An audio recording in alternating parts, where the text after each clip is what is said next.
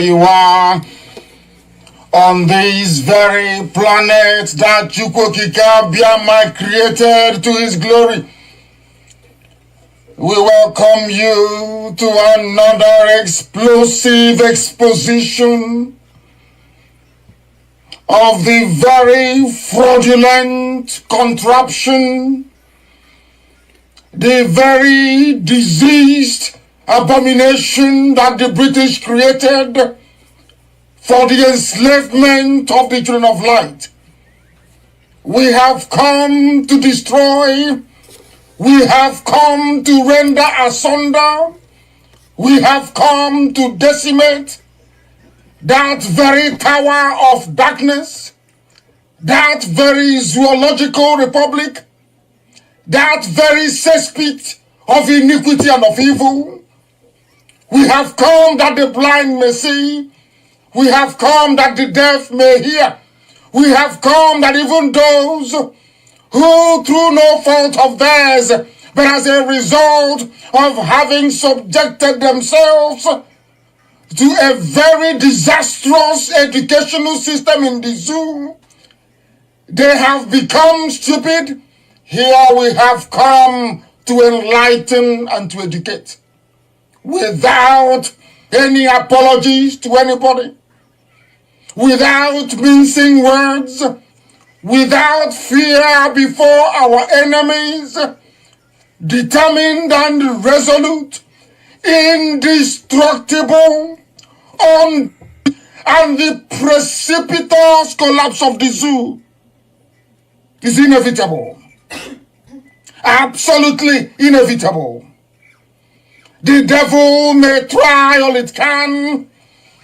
Those who go before them to peddle falsehood, those who go to work for them, those who are the workers of darkness and of iniquity, we can assure them that we are resolute, we are determined, and there is nothing anybody can do to stop this very invade as many times as you like, kill as many people as you like, propagate falsehood after falsehood as many times as you like, buy up every media space in the zoo, go and connive with people in the diplomatic circles abroad, eyebrow consultancy firm in the world, select some diplomats in the zoo and bribe them.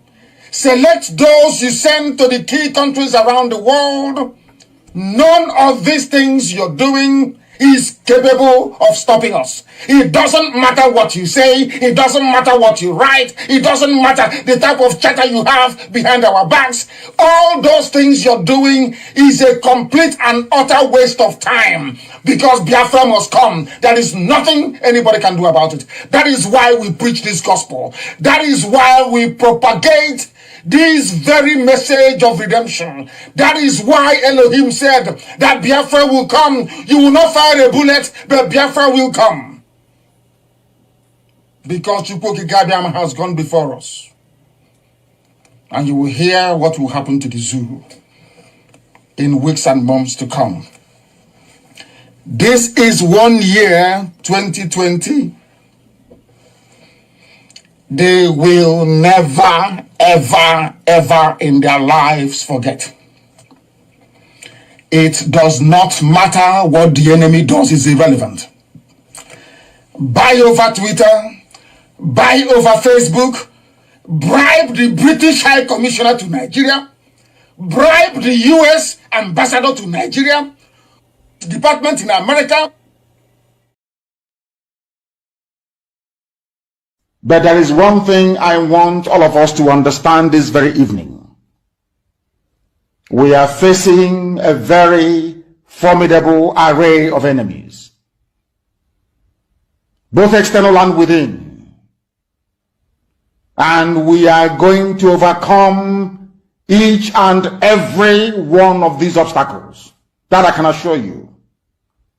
That they may know that the God we worship is an invisible God, not a God that was wrought by the hands of men. For we do not worship idol, and we can never ever worship idol. Is impossible. This very family, this IPOB, belongs to the Most High.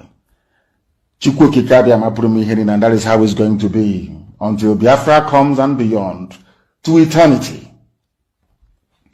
This evening, I want to place it on record that our enemies are intensifying their attack against us from every corner. I am not saying this as lamentation or complaint. I am only trying to prepare our people for what is to come.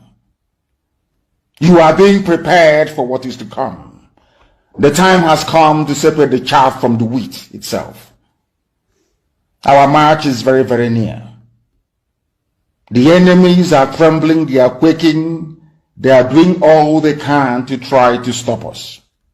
But they have failed very woefully, and they will continue to fail. But I want to tell you that we are getting attacks from everywhere all over the world. And very soon, they will buy over some of you. Some of you, they will buy some of you over. The spirit of Oba Biasika and Ifajuna are still in some of you. When the time comes, they will buy you over. I am not doing this program tonight to ask all of you to be strong. I am doing it to remind you, not that if they succeed in buying you over, you're not going to stop what we're doing. You can't. You cannot. Not in a trillion years. But I need you to appreciate one very simple fact. That at the end of this very race, everybody will testify that indeed Chukwukika Abiyama, the same God of Israel, of Abraham, Isaac, and Jacob, the same God of Ehiri in Aguleri, the same God of Umweri, the same God of Ora-Eri, the same God of Owe-Eri, the same God of Arochukwu. Not to be nobody, the true God, one true God. You will know that indeed, not only is he omnipotent, that same God is the owner of this very agitation. No human being can stop it. We have enemies, and we need to be very, very careful, both within and without. Very, very careful. The next 2 weeks will be very pivotal. Next 2 weeks will be very, very important in the life, or should I say, in this very mission that we have embarked upon. The devil will do everything. And you are going to watch spectacularly how we are going to destroy and shame the enemy. That at the end, every glory and adoration will belong to God and not to man. Now let us go and tell you what is happening that some of you do not understand. I want those of you who are hardcore, those who were chosen before you were born. There were some people who were chosen before they were born to agitate for Biafra restoration. This is a message for you. Those who from their mother's womb they were born to do this very work. You must be very, very strong. Because Biafra will open the eyes of black people all over the world. Because Biafra will mean that blacks from America, blacks from the Caribbean, from Southern America, they will all flood into Africa. It will be like the time that Yeshua was born. Biafra is like a light, a beacon. They will follow it. They will say, let us go and see what is happening there. That is what these neo-colonialists do not want. They don't want Biafra to come. I am telling our people so they understand. The mountains, I didn't say one mountain, the mountains in front of us that we need to overcome. And for us to overcome it, we need to be very strong mentally, mental strength. Just like when you're doing anything in life, and it appears as if you are being buffeted from everywhere. That is the time that you no longer rely on willpower or your muscles. You go to your brain to endure and to persevere and to keep going until you overcome. That is the stage we are in right now. To make sure that our brain is in gear to confront everything the Janjaweed has to throw at us. We don't have money. Their budget is over $20 billion to fight us. They can bribe Facebook. They can buy them off. They can do anything they like. They can come to some of you and bribe you off. They can promise you what you've never had before. They can give you maybe a house in Dubai. They can promise you a vehicle. They can tell you, oh, we'll make you vice president. They can promise you anything to make sure that you're like them. But this very IPOB, this very hardcore is not going to move. And I will tell you why we can't move.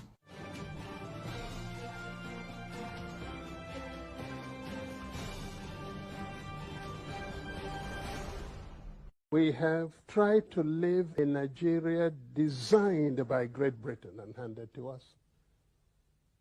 We have found it difficult to live in that Nigeria. We have fought a civil war, killed so many people, and still we have the same problems reoccurring. Perhaps the time has come to revisit the very foundations of Nigeria.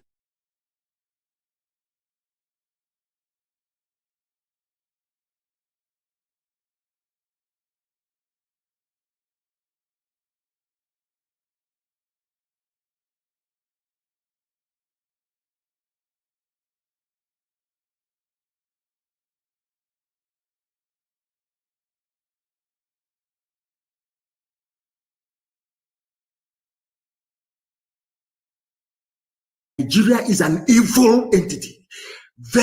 Nigeria is an evil entity. Very, very satanic. Nigeria is an evil entity. Nigeria is an evil entity. Nigeria is an evil entity. Very, very satanic. You want to change the narrative.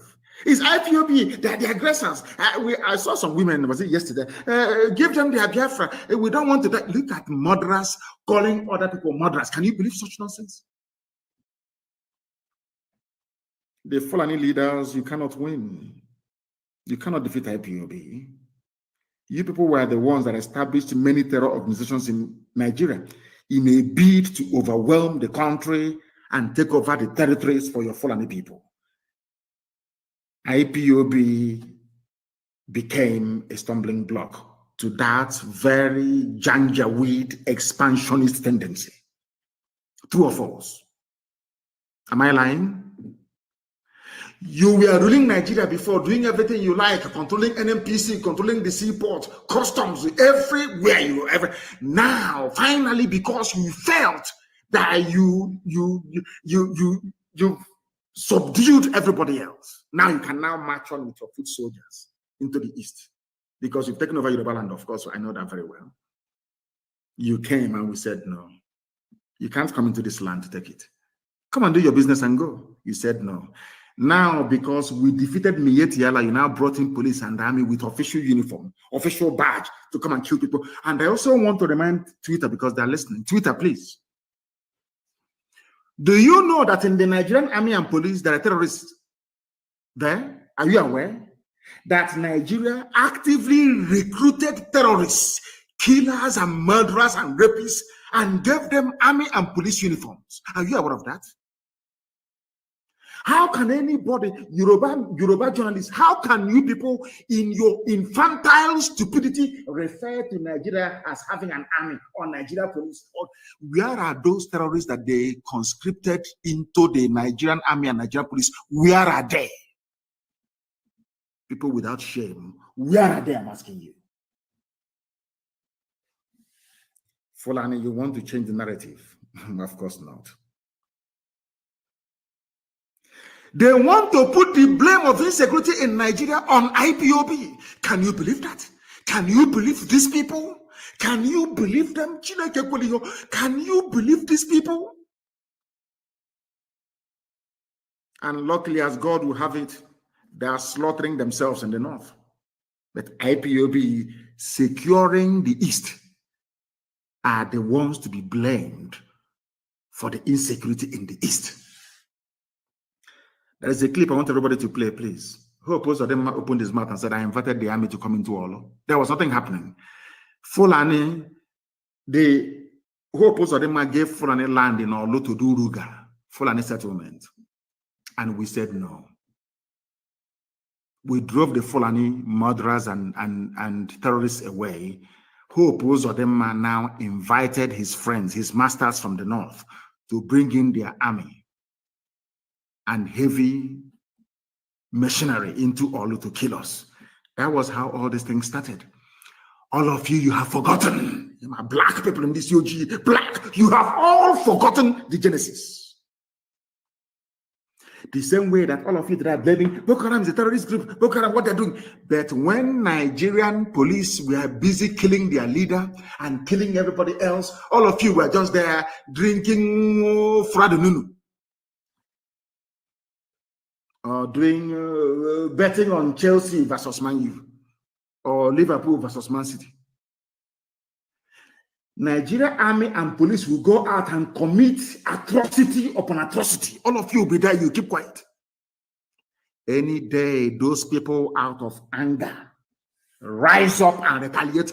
All of you baboons and monkeys start writing rubbish. Do you know why? Because you have no conscience, you have no soul, you're a black person, you are the embodiment of evil. Is the truth. I don't care who bans whoever or whatever, I don't give a toss. I must preach the truth. Black people are wicked. By nature, very wicked people.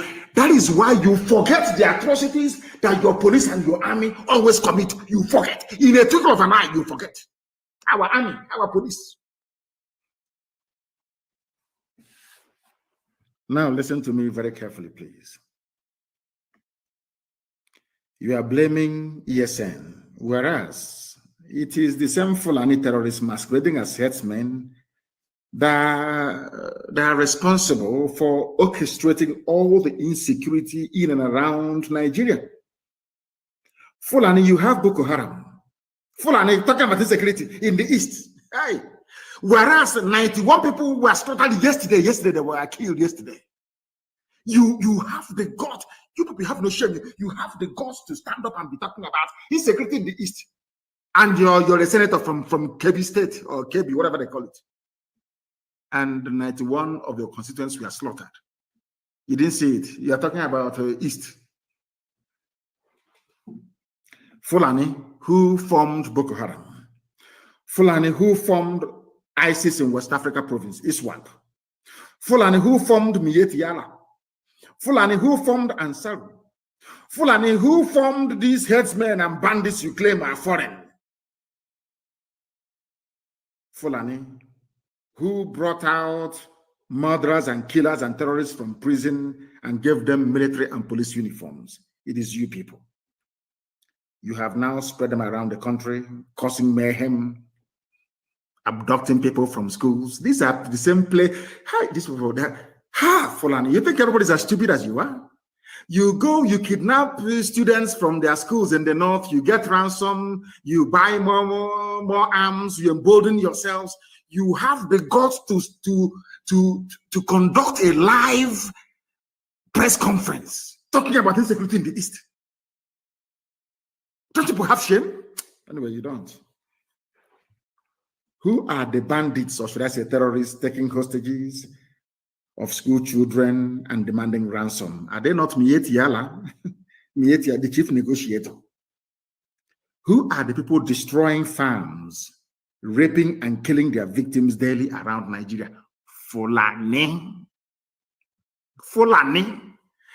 You know what? How they manage to convince some of you is what I find astonishing, despite the overwhelming evidence. How they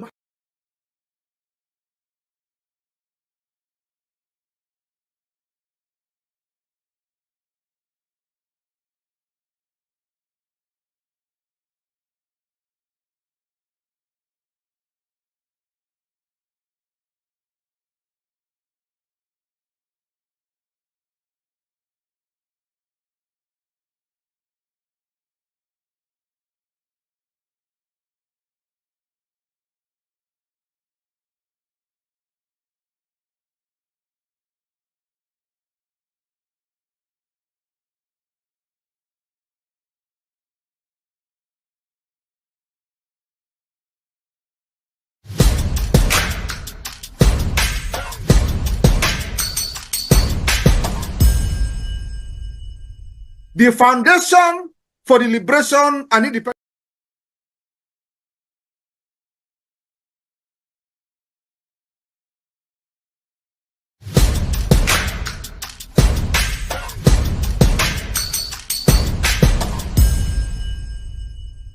The foundation for the liberation and independence of Biafra has been laid by this government, and it is very, very strong. We build this particular foundation of the liberation on solid rock. Are you not seeing it? We are not shaking. I am standing very, very strong, making sure that I'm taking the bullet that they are firing at Biafra people, because their target is you. They believe that once they take Mazi Nnamdi Kanu out of the way, they will come for all of you. That is exactly what is happening in other parts of Nigeria, because nobody is there to stand on the way for them. And they are annihilating people, killing them, sending them to IDP camp. I told them, you see this face, okay, deceive them very well. To deceive you. The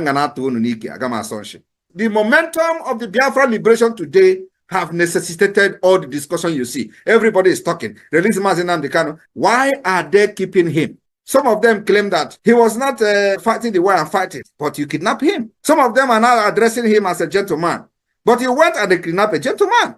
They say, oh, he's more reasonable. He's not, but you kidnap him. What were you thinking? All of them contributed money. When Mazi Nnamdi Kanu was speaking, it was their headache. They couldn't sleep every day. Oh, Mazi Nnamdi Kanu, he's destroying Ali Igbo. Oh, Mazi Nnamdi Kanu, he's doing this, he's doing that. Today, Mazi Nnamdi Kanu is no longer destroying Ali Igbo. Mazi Nnamdi Kanu is no longer causing problem. Mazi Nnamdi Kanu is no longer is the good man. Is the only man now that is very reasonable. And I have not even started. Because you see what Agaku Nigeria Igwe. Agaku Nigeria Igwe. And you know the next level is by taking all their terrorist barracks, taking all the government houses. That is the next level we will go, because it is part of the defense of our land. These places are places where the attack against our people are being planned.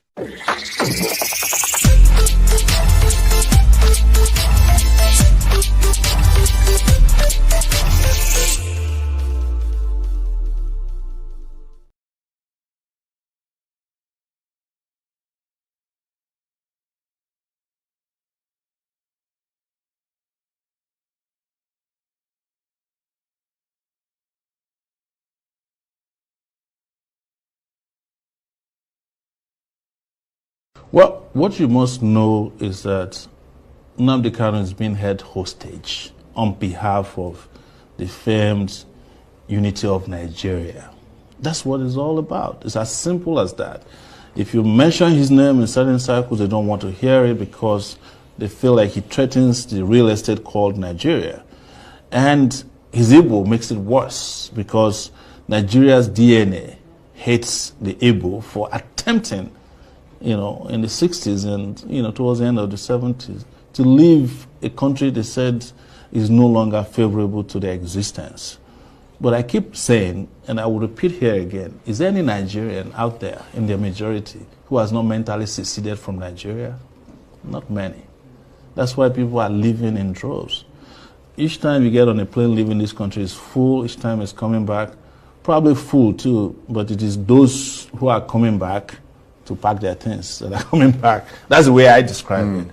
But the truth is that Nnamdi Kanu has been held hostage. He was abducted from Kenya, extraordinary rendition.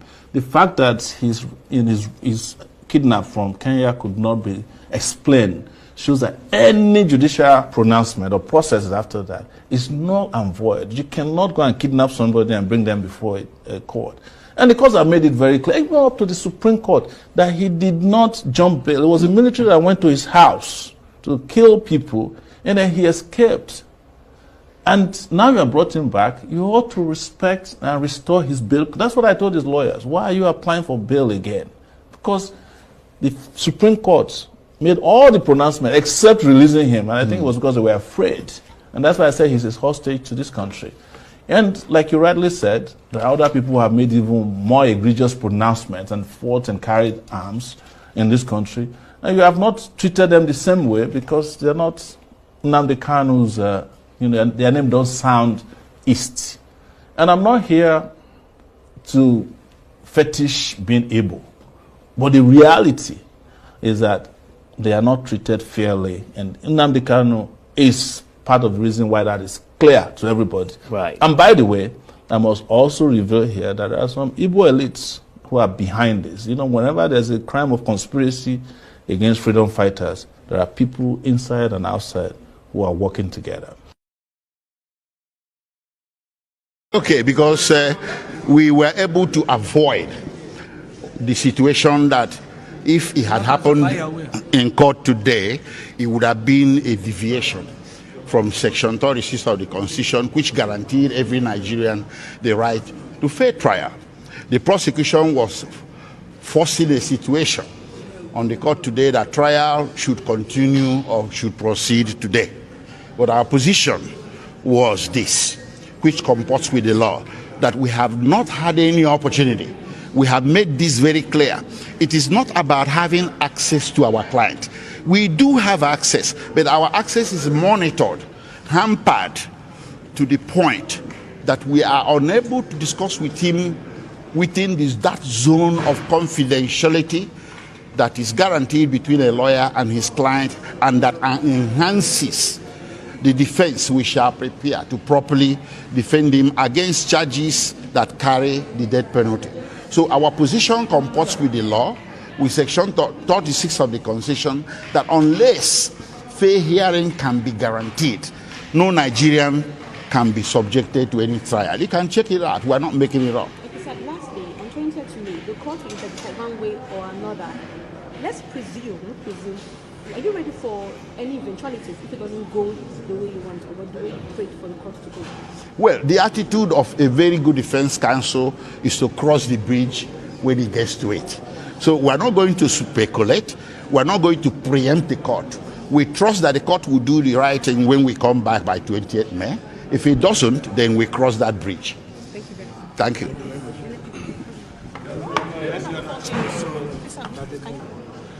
Fortunately, he didn't give a ruling, or she didn't give a ruling. I think they are referred to here or whatever. So let us wait on the 20th. If she makes a ruling, one way or the other, wherever they stand, then we can take the battle from there. So some people are saying that yes, political solution could be a way out of this situation. What do you think about this? I will not comment on that. Whatever I'm involved in that is very serious underground, I will not comment on that. I support them in what they are doing. If there are things we're also doing some other places, we'll continue doing it. But I can tell you by the grace of God, Nnamdi will not stay in this prison in the next 2 or 3 months. Or else I'm not part of this country. I can tell you that. That is what by His grace. We appreciate it. Thank God. Thank you very much.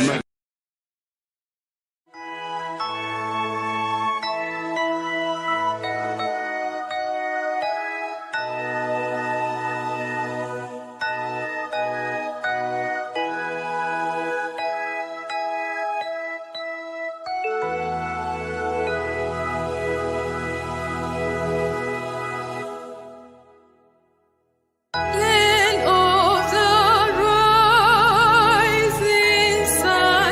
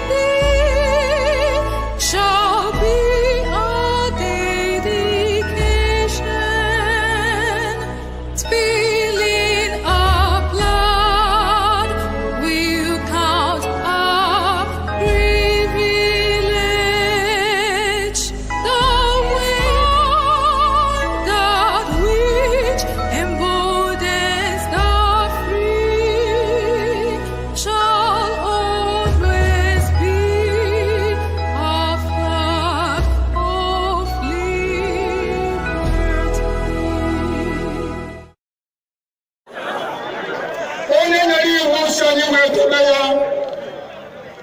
onye si na agata anyị ahụhụ ma ọ bụ na anyị fee arụsị anyị wee na-efe arụsị iwe were iwe gị na ọnụma gị wee bịa leta anyị ụmụ anyị wee na-anwụsị ụfọdụ nọ n'ụzọ ije ha anaghị alọta ụlọ ọzọ nne na nna wee na-ata ahụhụ wee na-ata ikikere eze nwaanyị kunie ka ọ gaa ubi gaa rụọ ọrụ Fulani chiri ehi bata ebe ala gị niile n'iyi okwu ebepụ ya isi anyị bụ ka anyị kpọpụ onye nwe anyị n'ugwu Awụsa ahụ ejide anyị wee gbuo ihe ọbụla anyị mara aka n'ime ha si maka ha aga n'ihu elekwa ọdụ ụgbọ mmiri n'igwe ọcha bụ ememiri ọya nke dị na Kalaba otu aka ahụ anyị na-ala nsọ ebe Biafra bụ ndị kọstọm sokwenye anyị n'etiti anyị anọghị n'ime mmiri kama kọstọm juru ebe niile ha wee na-ata anyị ahụhụ anyị kwuo ekwesịpụta anyị ka kpọchie anyị kwuo ekwesịpụta anyị ka gbagbuo anyị onye nwe anyị na Chineke na nke bi n'igwe ọ bụ ụzọ dị anya ka isi wee hụ ndị iro anyị n'anya wee karịa ndị nke gị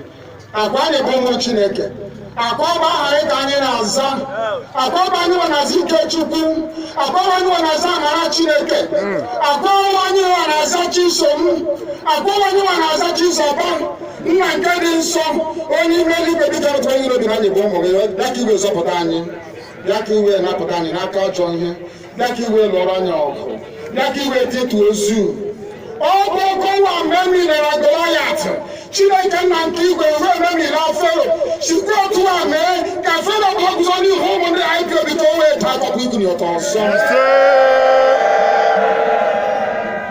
ị ga na-edu anyị n'ụzọ niile nke ezi omume ọ bụla adịghị na anyị na-aga ndagwurugwu onyinye ọnwụ ọ bụ nwa bụ ekegere n'igwe n'ụwa onye ọbụla kere gị nweghị mmalite nweghị ọgwụgwụ kama anyị onwe anyị gwa anọkpa ahụ ofu ụbọchị anyị ga-anwụ n'ezie kama marakwa na okwu gị na-anọgide gị mgbe ebighị ebi ọ bụ ya mere anyị ji were gị n'anya isi anyị wee na-asị nna nke dị nsọ bịa ka iwe gosi anyị Biafra na ndụ na-abụghị n'ọnwụ bịa ka iwe mee ka ebe gị na amara gị wee kpuchiri anyị ka uwe bịa ka iwe zọpụta ndị nke gị bịa ka iwe mee ka Biafra wee bịa ka anyị na-ewetụta na nsọpụrụ na ịja mma site n'aha gị onye bụ Chukwu nke abịa ma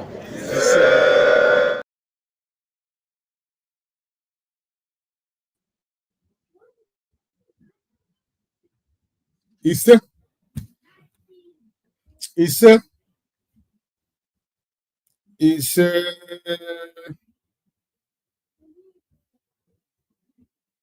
good evening, Biafrans. Good evening. I welcome you all. I say good evening to you from my location. I welcome you all, fellow Biafrans and lovers of freedom all over the world. I welcome you to this program here on this platform, IPOB, Western Cape Media TV. I welcome you, fellow Biafrans, as I welcome you kindly. Welcome other people who are around you, your friends, your family, your neighbors, and all lovers of freedom. Welcome each and every one of them to this program on this platform this evening. I want you to take this moment to share this program. Share the program. Share it on your Facebook, on your YouTube, on your X, formerly Twitter. Share it on your village WhatsApp group, your friends WhatsApp group. Share it all over, anywhere you know. Share this program this evening because, as usual, we are bringing you a very hot program. This evening, we'll be discussing a very important topic this evening. So I want you to do us a favor to share the program so that other people who does not know we are live, will come to join us this evening. And I want you to also like the program, like it, comment on the program, please do that as soon as possible. Before you settle or before we kick on, I want you to share the program. So, to like it, share it, and also as the program is going on, you can as well comment on the program or on the topic we are about to discuss this hot evening from my location. I welcome you once again, fellow Biafrans. As you have made it as a duty to always join us, to listen to us, as you have made yourself part of our family, we pray that we continue to guide and to protect, defend, sustain, and to provide for you. I want you to know that this evening we are live on our social media platforms. We are live on our YouTube page. We are live on IPOB Western Cape Media TV. We are also live on our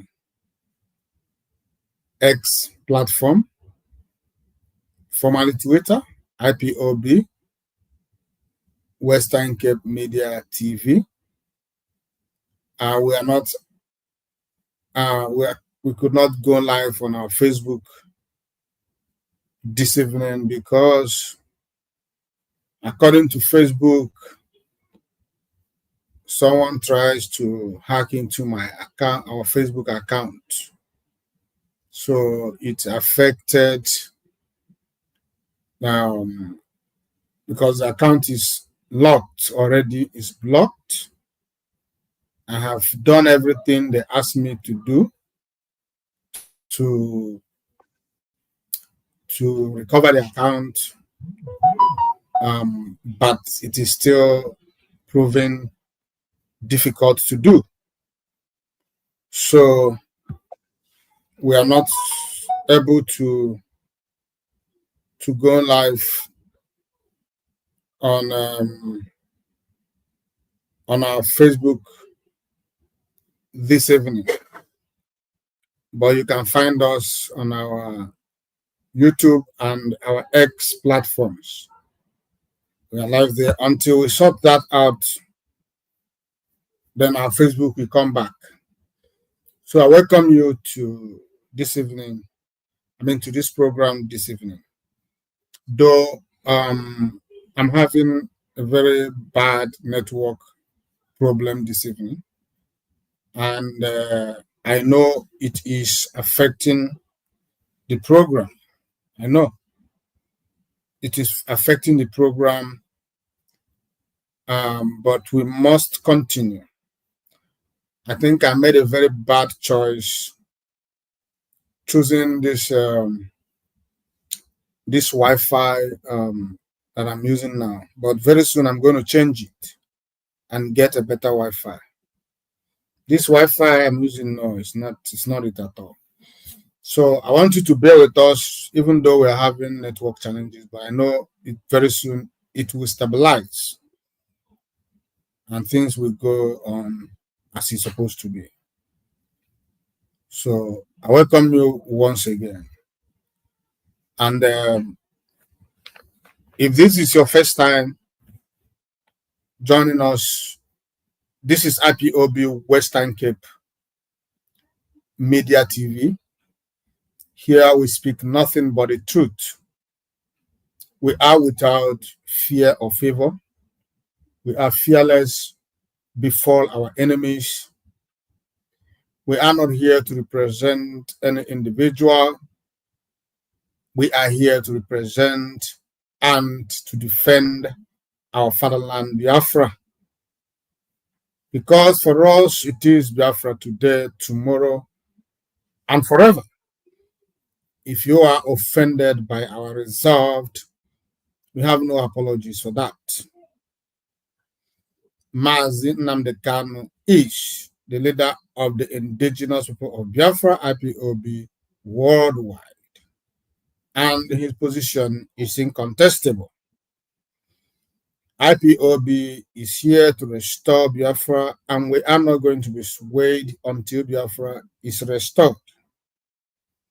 Welcome to IPOB Western Cape Media TV, saying it the way it is. Yes, that is who we are. Like we already stated, we are fearless. We say things the way they are because truth is our hallmark. It is our trademark. That is what we are known for. In this platform, we are known for our ability to speak the truth at all times. That is why we cannot lie to you. We cannot deceive you. We don't have any reason to bring saga or propaganda into what we are doing. We are here to tell Biafrans truth and nothing but the truth. So I say to you, welcome this evening to this program. And as I made it as a point of duty to tell you that in Biafra, our hope is anchored. And without Biafra, there is nothing. We have lost it completely. Biafra is our dignity. Biafra is the only hope for us. Whatever we are passing through today is not just for the sake of fighting for freedom. We are also fighting for survival.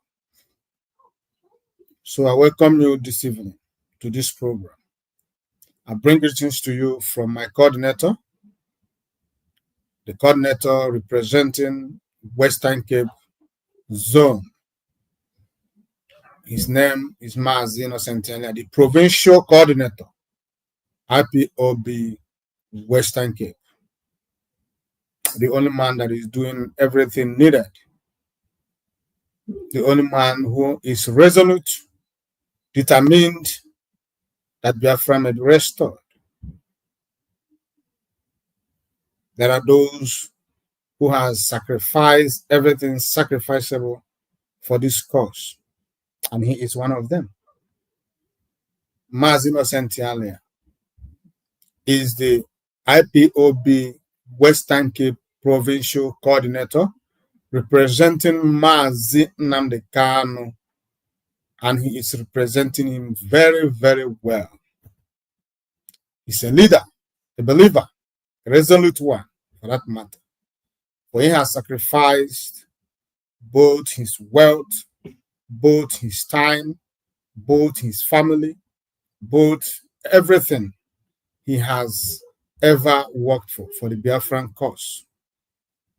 He has never turned back, always ahead.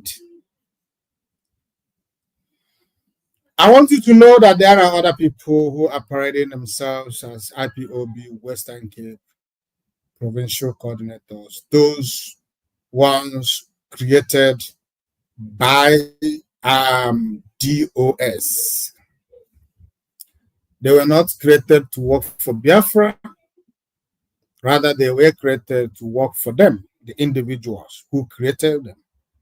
They are here to cause confusion, but because of the kind of leader we have in the person of Mazino Centennial, they don't have no way to penetrate.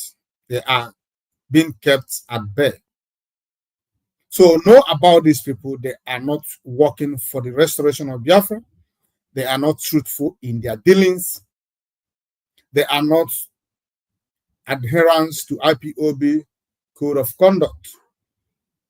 They were created for a purpose of opposition. They were created to challenge the status quo. They were created for selfish reasons. When you encounter such people, I want you to run away from them. I want you to know that the name of IPOB Provincial Coordinator representing Western Cape is Mazi Innocent earlier. Any other name is a fake, counterfeit.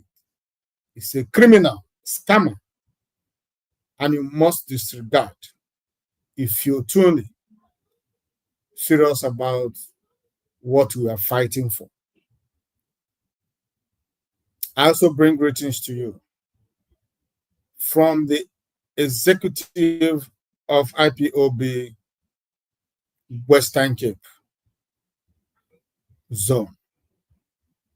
I want you to know that when we talk about IPOB Western Cape, we cannot talk about them without making reference to the executive of this zone, irrespective of the challenges we faced, irrespective of the troubled waters that we tried to bypass, irrespective of all the things the enemies try to do, IPOB Western Cape Executive still stand strong, resolute, and focused. Things that has to do with Biafra is still ignited in their hearts, and they are not giving up very soon. So greetings comes from IPOB Western Cape to you, fellow Biafrans, this evening. And also, I bring greetings to you from all the IPOB family members all over the world. I want you to know that we are all in this together. And we are not going to give up because our leader is not here today. I thank you for being part of this program this evening, for making it a choice to stop by this evening. I promise you that as long as you continue to support us, we shall continue to go extra miles in bringing you all the news you may not have time to go through on your own time. We have to go extra miles to bring things to you and make it very, very accessible. That is the reason we are here, to bring information pertaining our leader and the struggle entirely. So I want you to sit back as we continue to do that, which we always do in this program, as we'll be doing this evening also. I am Mazi Onyebuchi. I am your host, and by the special grace of Chukwu Okike Abiama Premier Henina, I am the Parklands Unit Coordinator. I'm a Biafran, and I believe in Biafra. I'm one of those who believe that our hope is only anchored on Biafra. Without Biafra, we are doomed, we are lost. I believe that it is mandated to us, this generation of Biafrans, to restore Biafra.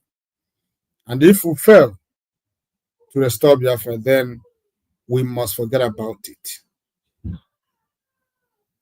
I say to you, fellow Biafrans, good morning, good afternoon, good evening, and good night to some of you. Depend where you are viewing us from this evening. Once again, I thank you for being part of this program. Well, going straight to the topic of today, the continuous persecution of the Biafra agitators is not the solution. That is the topic for today. The continuous persecution of the Biafra agitators is not the solution.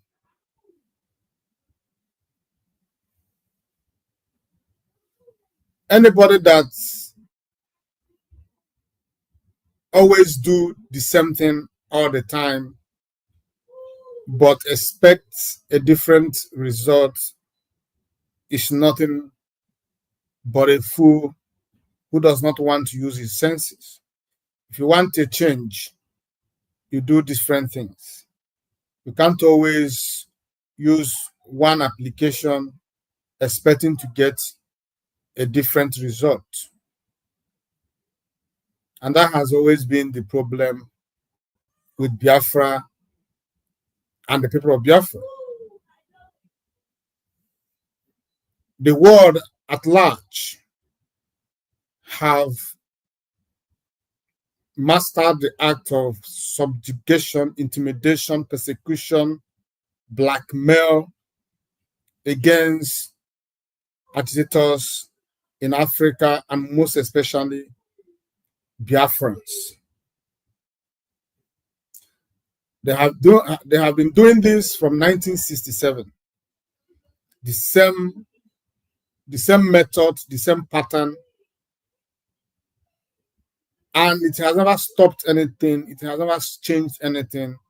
And I think it is high time that the world and Nigeria should apply a different method towards the grievances, agitation for the sovereign state of Biafra. And I want you to know that if I should go to the background, these current agitators are not asking for something that is difficult to do. No. These current agitators are asking Nigeria to grant us dates for referendum. It is not a hard thing to ask. It's not a difficult thing to do.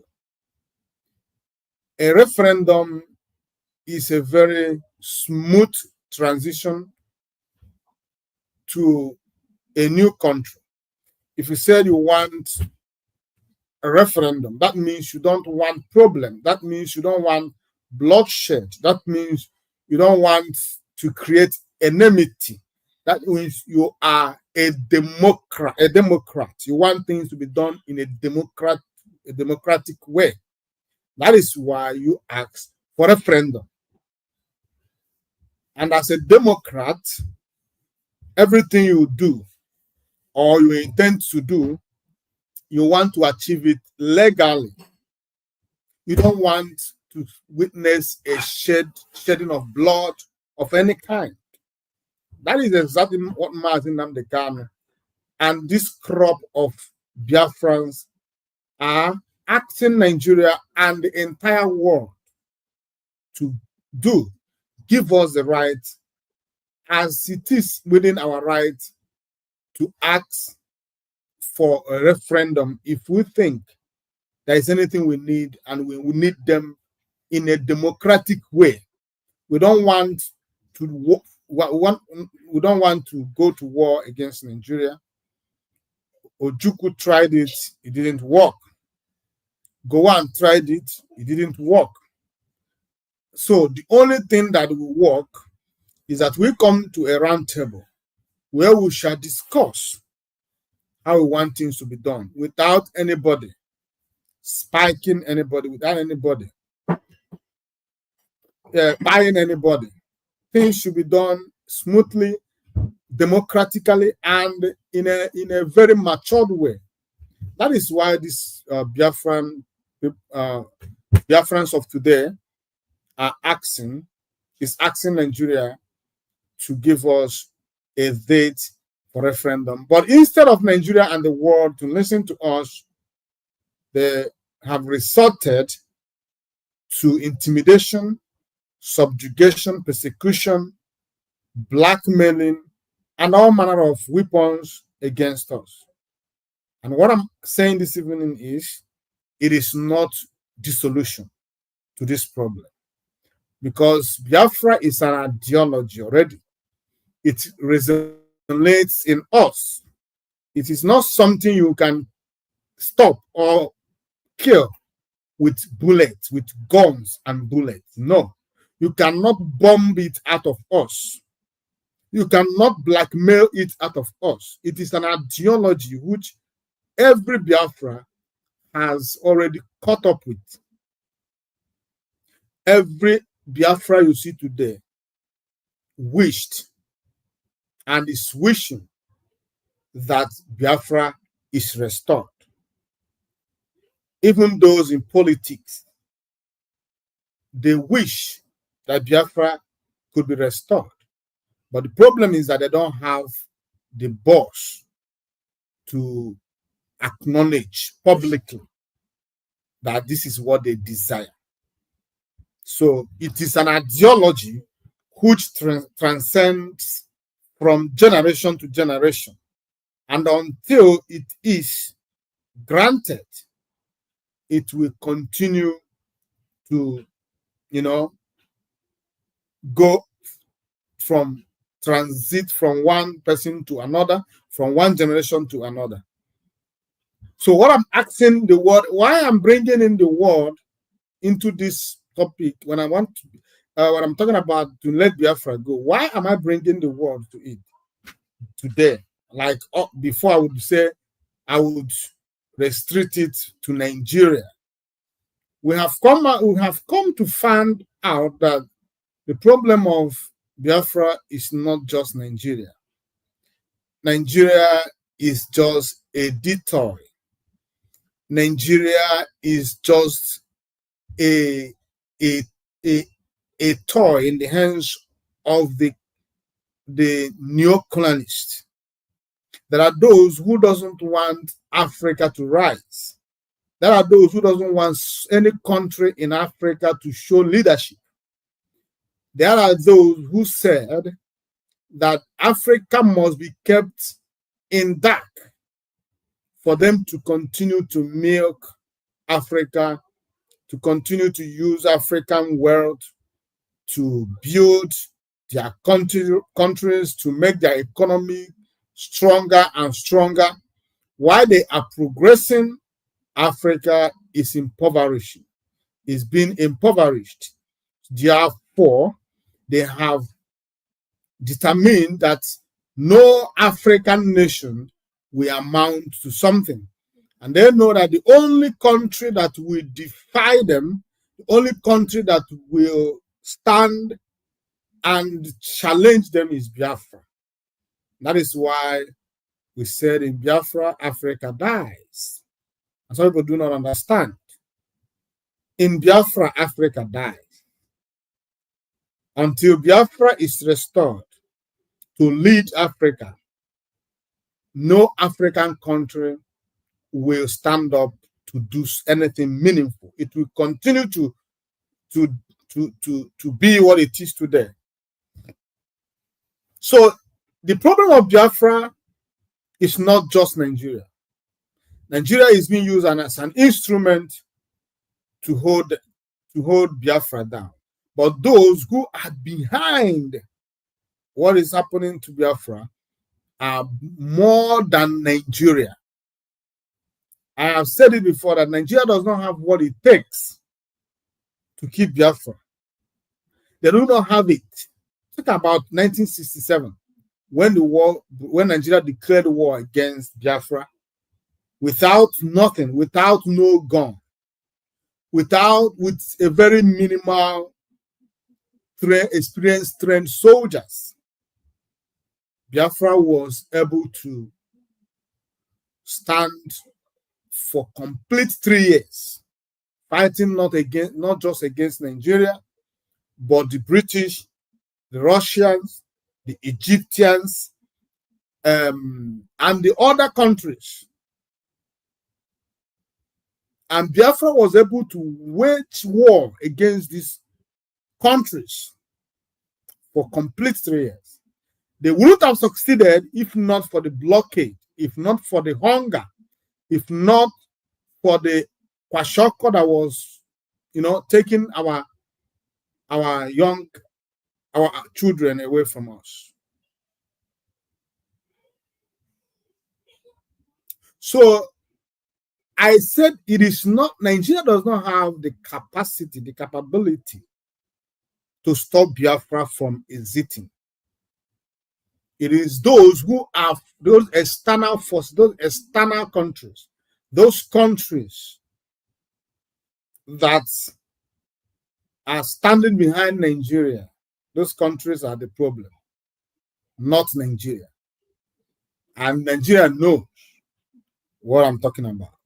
If they could not, if Nigerian could not defeat ordinary Fulani herdsmen, ordinary bandits, and ordinary Fulani terrorists in the northern Nigeria, how do you think that they could stop sophisticated, more educated, more determined Biafra, more talented Biafrans?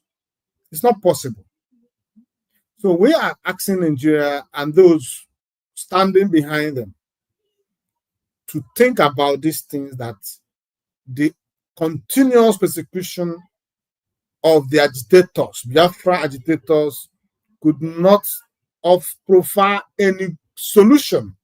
The only thing that will bring solution is when we sit down as friends and discuss how things should be done going forward.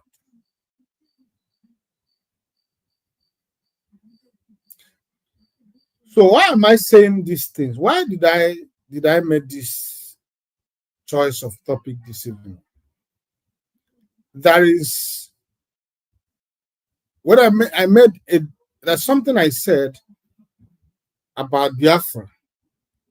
I said that in Biafra, Africa died. Now I want to play one video to you. Let me show you this video. Let me show you the video.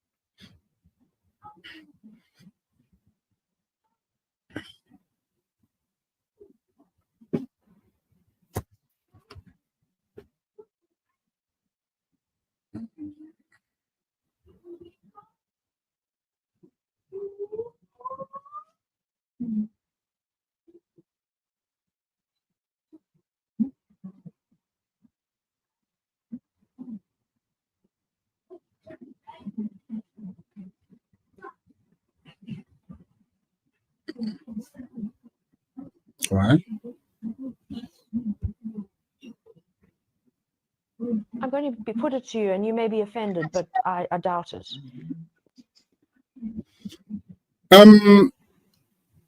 Listen to this video I'm going to be playing, and there's something I want us to get from this video. I want you to listen to what this man has to say in this video. He was asked a question, and if you remember, this thing that this man was talking about happened in South Africa. But the question you should ask yourself is, why would Biafra be used as a reference? Why would Biafra be used as a reference?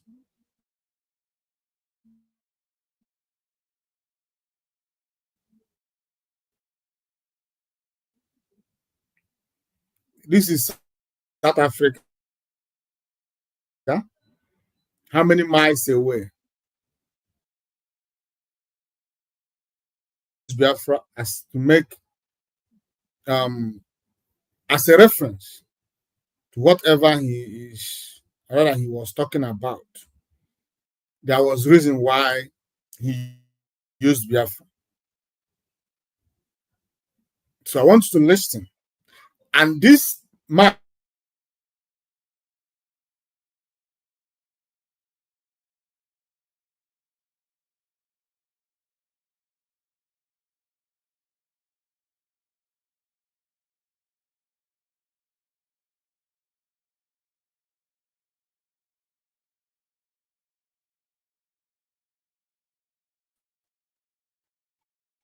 are no other people but Biafrans.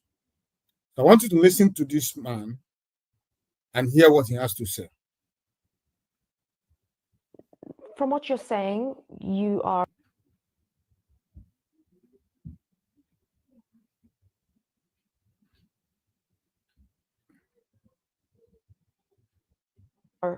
racist and you believe in white superiority, that white people are a superior race. Would you agree with that? I will not beat around the bush. Okay.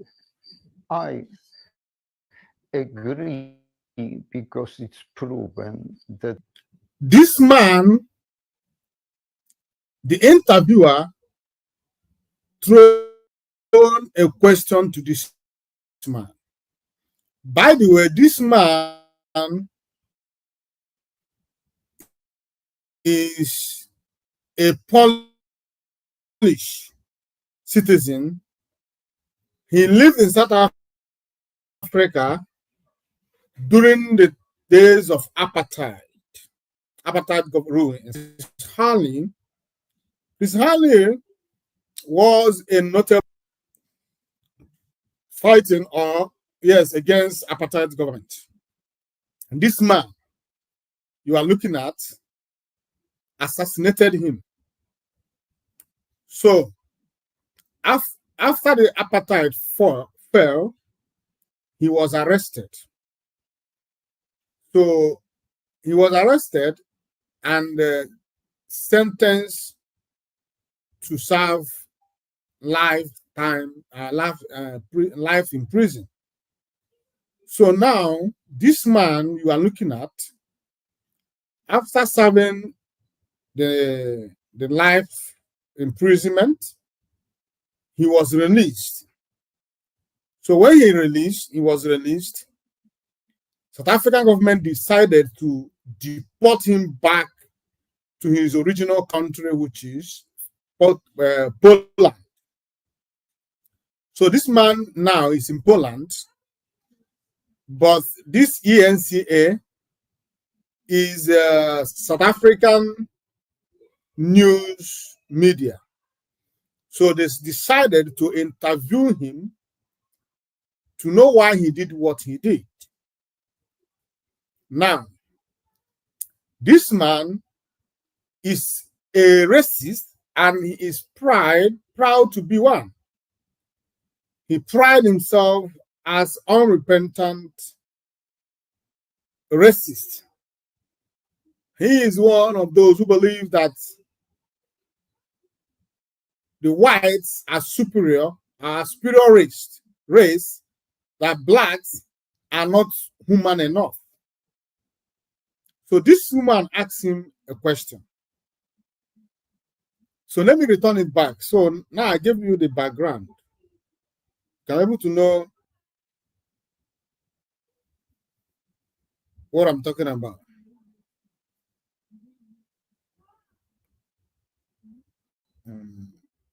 The April 1993 murder of South African Communist Party leader Chris Hani was a turning point in South African history. The assassination sent shockwaves through a nation on the brink of transformation. The man who pulled the trigger was Polish immigrant Janusz Walusz, who spent 28 years behind bars before being granted parole. His co-accused was Conservative Party MP Clive Derby-Lewis, who supplied Walusz with a stolen pistol and an alleged hit list with 9 names on it. Wallace says he was driven by racism. He sat down with Annika Larsen now that he's returned to his home country in Poland, and he spoke about his willingness to protect the government of the day. That is how he saw it. I'm going to put it to you, and you may be offended, but I doubt it. From what you're saying, you are racist and you believe in white superiority, that white people are a superior race. Would you agree with that? I will not beat around the bush. Okay. I agree because it's proven that white people can run the country. And it's proof that black people in most, besides the example which I given you of Biafra and things. Did you hear him? Did you hear him? I will get it. I will take it back again.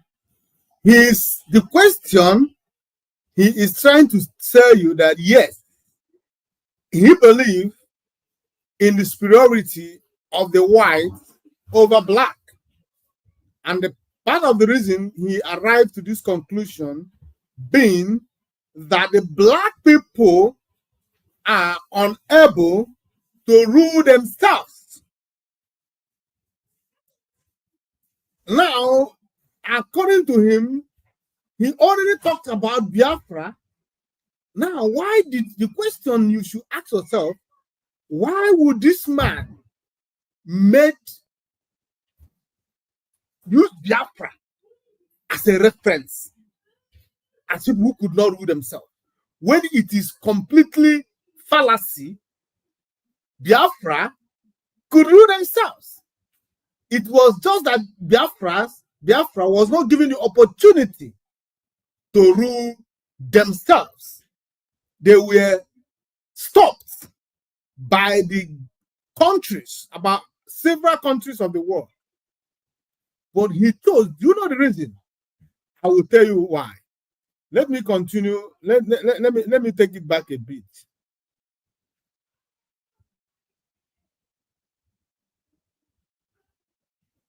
Now, listen to the question again. And you may be offended, but I doubt it.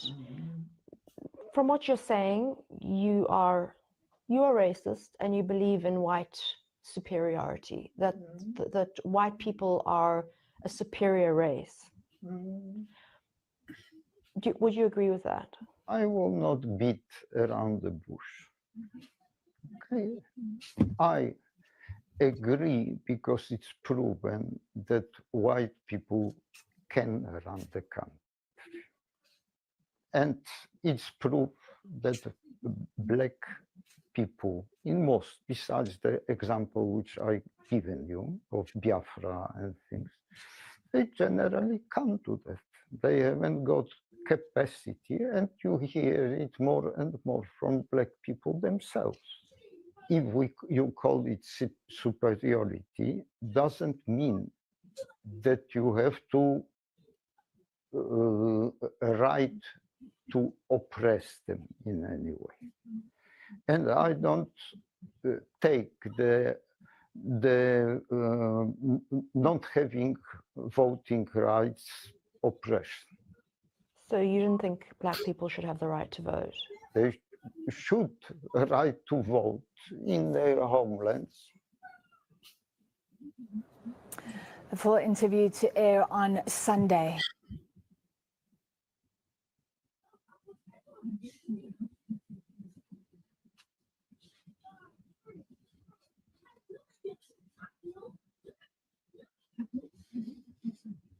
Now, let me tell you something. I want to tell you something.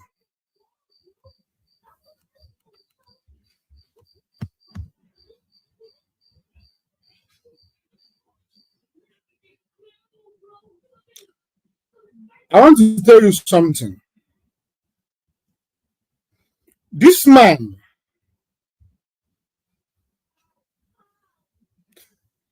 a question was thrown to this man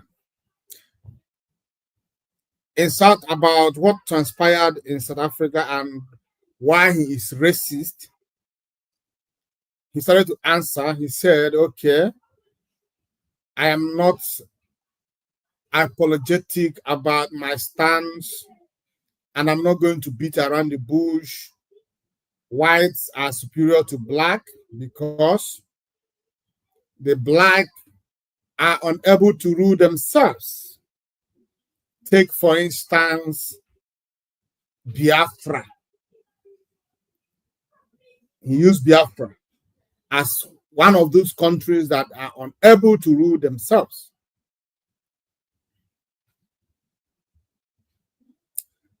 Let me tell you the conspiracy here. These people you see believe that they are more superior than the black. That is what racism is all about. One race above other race. But you and I knows that it is fallacy. All human beings are everybody is created equal. There is no superior race. So now this man and the other countries that has conspired to put Africa down believe that the only way they could remain relevant is by making sure that countries like Biafra never emerge. That was why they did everything possible to see that Biafra as a nation in 1967 did not stand. And they continued until this day. Are you still surprised why Mazi Nnamdi Kanu was kidnapped, a British citizen in another country, and now extraordinary rendition to another? And up to date, British government has not made any statement in regards to that. Are you now still confused why Simon Ekpa should be arrested in Finland, a small Finland, and be thrown into prison for agitating for his freedom and for the freedom of his people? This man, the narrative he wants to tell you, because they knew that it is only Biafra that would define. Biafra will define that belief. Biafra will expose a lot. Biafra will show that blacks are capable to rule themselves. Biafra would have had a country that where you witness pure democracy. Pure democracy. It is in Biafra you would have witnessed it. After all, we are the inventor of democracy. They learned from us what democracy is all about.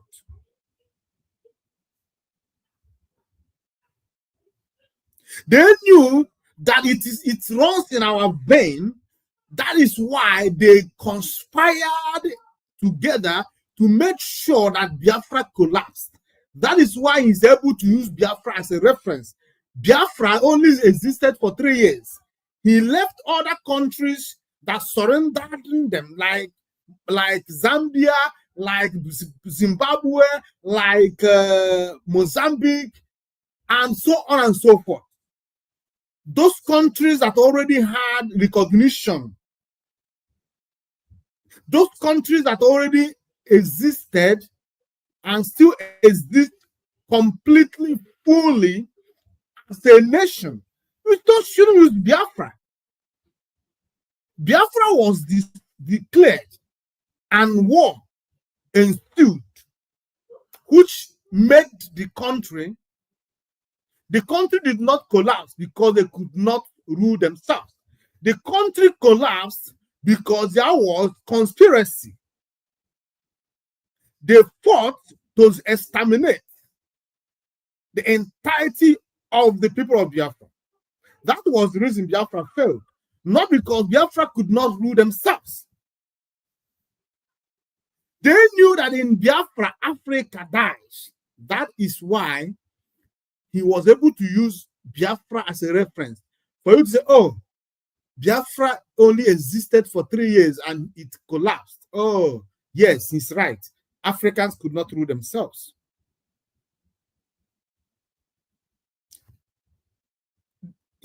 Why was Biafra not given the opportunity to stand as a nation? and let's see whether they will be able to rule themselves or not. And if they say we could not rule ourselves, why are they afraid to allow us to have a full sovereignty where we will be able to rule ourselves? Then if we will not, that is when we will be able, he will make he will use this reference and it will make sense to me and to you who is viewing. You know that this man was speaking as a racist, that he is. He is in the current, he was in the affairs of things those years. And he knew the role Biafra played, that Biafra accommodated most of the ANC hierarchy. So he held it as a grudge. That is why he came to an interview and talk about how Biafra was unable to rule themselves. That is the plans of the UK, the plans of Finland, the plans of those countries who have come out openly and declared their enmity against Biafra.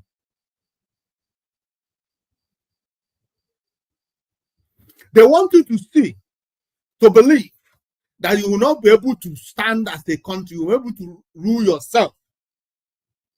They want to continue to, anything you do, they want to demonize it. They want to call it a bad name because they say, give a dog a bad name to kill it. Without calling Mazi Simon a terrorist, they wouldn't have arrested him. Without seeing what he's doing, sensitizing, waking up the subconsciousness of his people, if they do not, if they do not, then they see it as an incitement.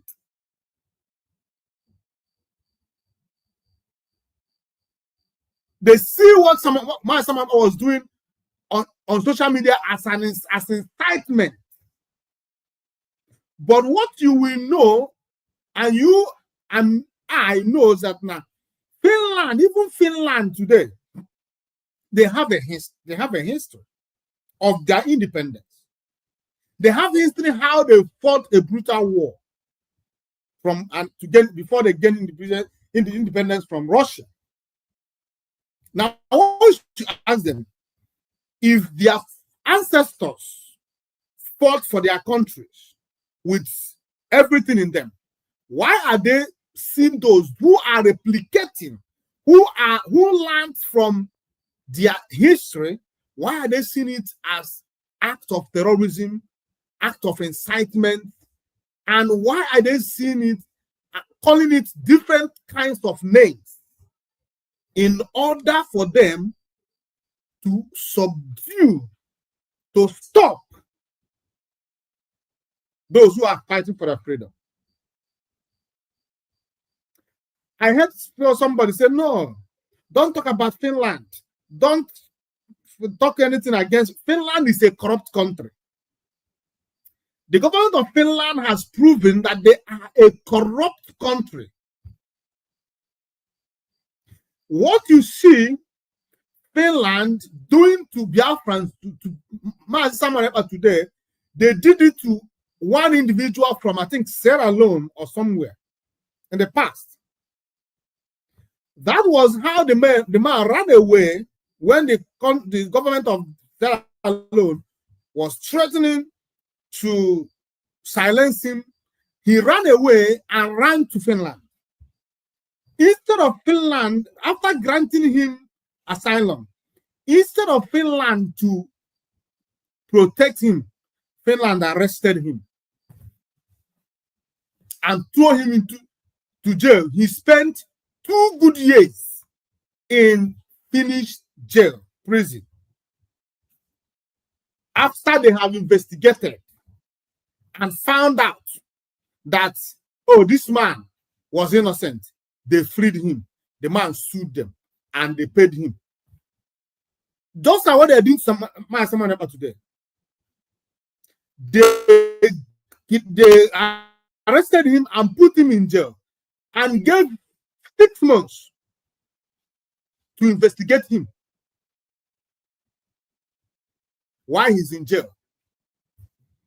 They will not do this to a Finnish citizen, born Finnish citizen. They can only do it to a citizen of African descent.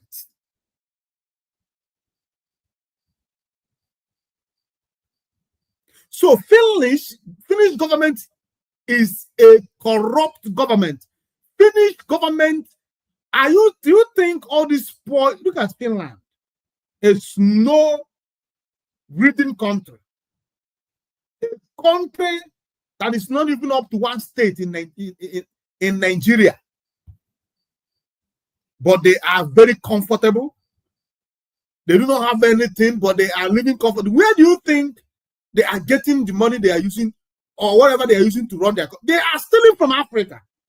All these European countries you see, the only reason they will never allow any country to emerge in Africa is because they are part of the problem of Africa. Finnish ambassador said, okay, let me go get it. Let me go get it. I'll get it for you now.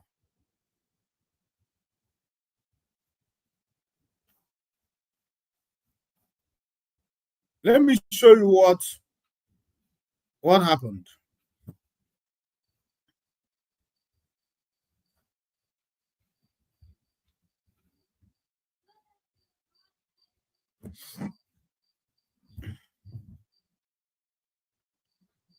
Is this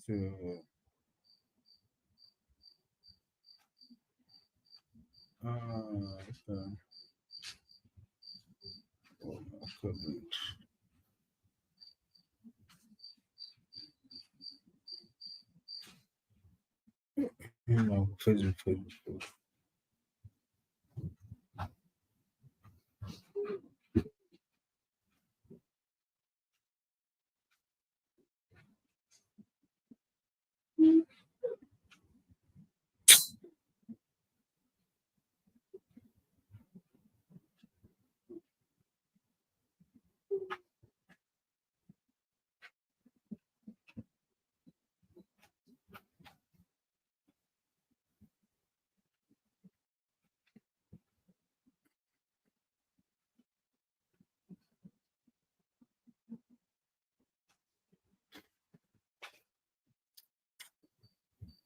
Just give me a minute. Let me get it.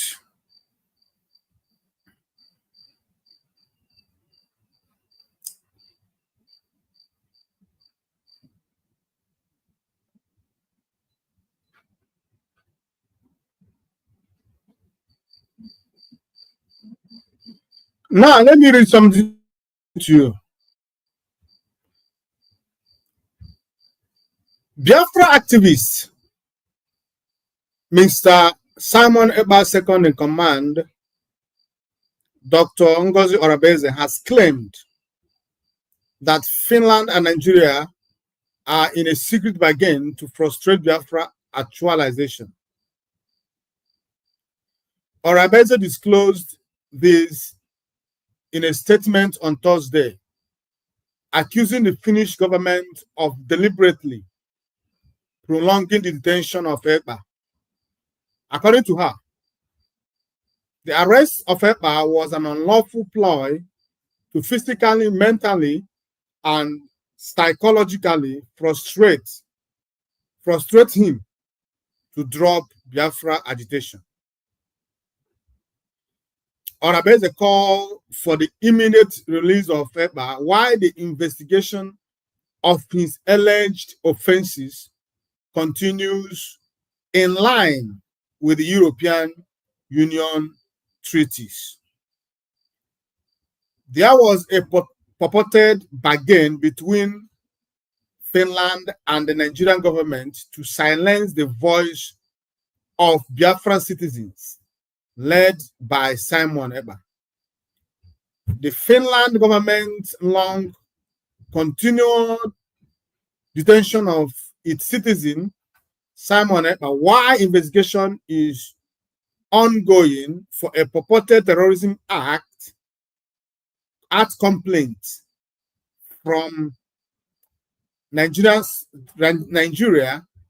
marks a calculated attempt for Finland to sell its citizens to Nigeria. The unlawful action by the Finland government is to psychologically, physically, and emotionally break Simon Ekpa. Echoing the same context of the Organization of Emerging African States, OESA, Finland's action to hurt African freedom fighters is not only destructive to innocent individuals seeking self-determination, but also increases the death of innocent citizens that are being protected by the freedom fighters. Finland and Norway should respect human rights, self-determination, and self-defense, and not participate in the criminalization of freedom fighters such as Simon Ekpa. He should be released while their investigation continues. The independence of Biafra is not an individual thing, he stated. It could be recalled that the OESA on Thursday in a press conference raised an alarm over the continued detention of Simon Ekpa and Ayaba Cho in Norway and Finland over alleged terrorism act. Now, you heard what Ngozi Orabeze said. It is wrong for Finnish government to put Simon Ekpa in prison while they are doing their investigation. Nobody is saying they shouldn't investigate any allegation that was laid against Mazi Simon Ekpa. Yes, they should go on and do the investigation. But what we the freedom fighters, what we Biafrans are saying is that you should free him while the investigation is going on. You should allow him to go, because as it stands, the Finnish government has not charged by Simon Ekpa on anything. They are only investigating. So if that is the case, why are they keeping him in prison while the investigation is going on? That is what they are saying. That is part of the injustice we are talking about. And I want you to know that this only could happen to someone from Africa. You can never see an European person thrown into prison for a case that is not yet investigated. But are you surprised? Don't be surprised. The time I'm looking for that news when the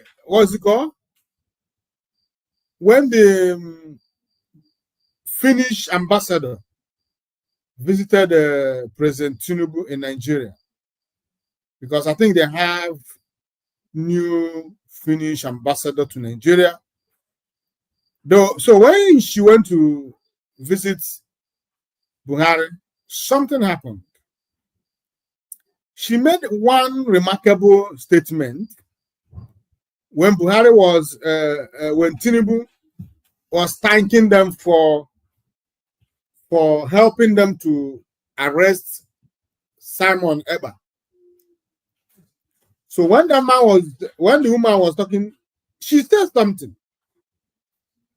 She said that Simon Eber was standing between Nigeria bilateral relationship with Finland. That Simon Eber's activity was as a stumbling stone to their bilateral relationship with Nigeria.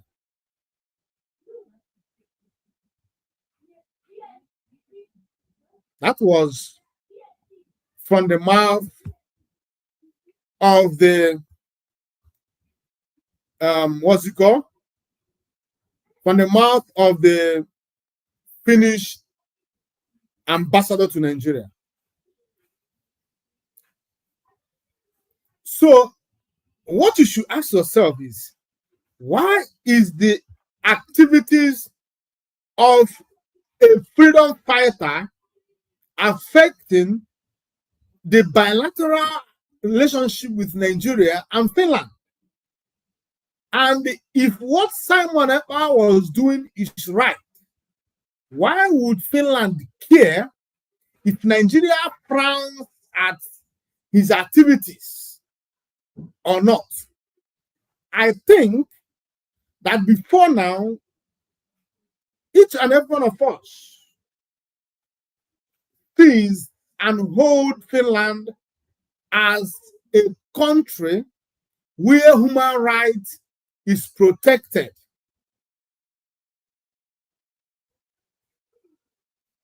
Before now, we hold and sees Finland as a country where rule of law is supreme, where human rights is supreme. The point is this: it is only the rights of the citizens of those respective countries that matters. African life and right does not matter.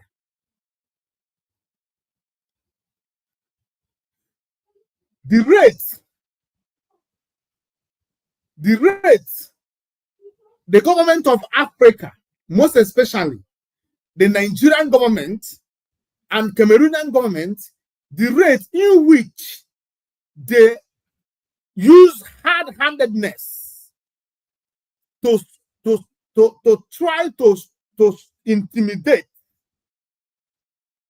the citizens of their country. Along the line, lives are being lost in thousands and thousands and thousands. The rate it is happening, it will never happen in white man country. In any country that white people are majority, it will never happen. They will never allow it.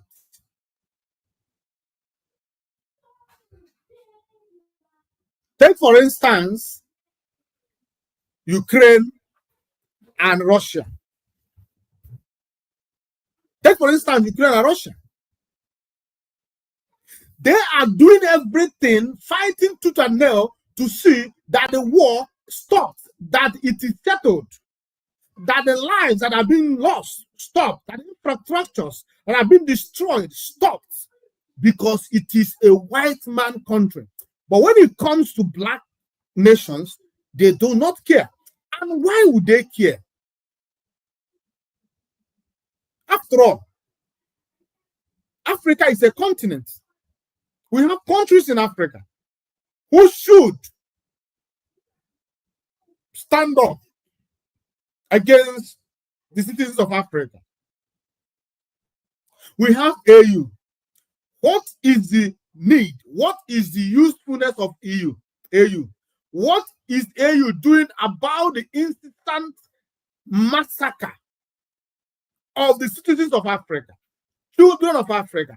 What is AU doing to stop it? How many governments of Africa has AU held responsible for what is happening in Africa? Look at Congo today. Look at the kind of senseless death that could be stopped. But all the countries of Africa, none of them see themselves as human enough. Look at the kind of life that have been lost in Nigeria. Look at how the government of Nigeria, through their security, through their military and police, buying the citizens of Nigeria. Let me show you another thing.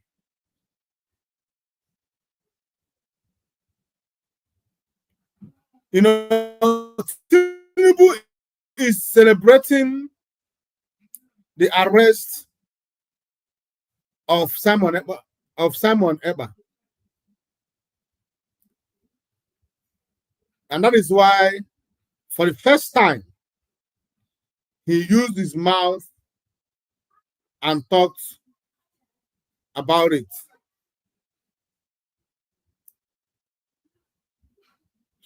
The problem I have is that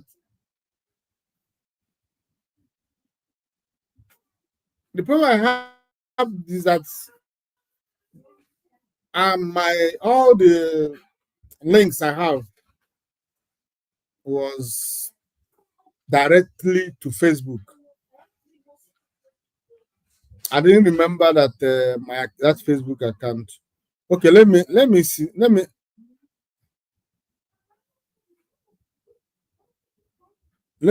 me see something.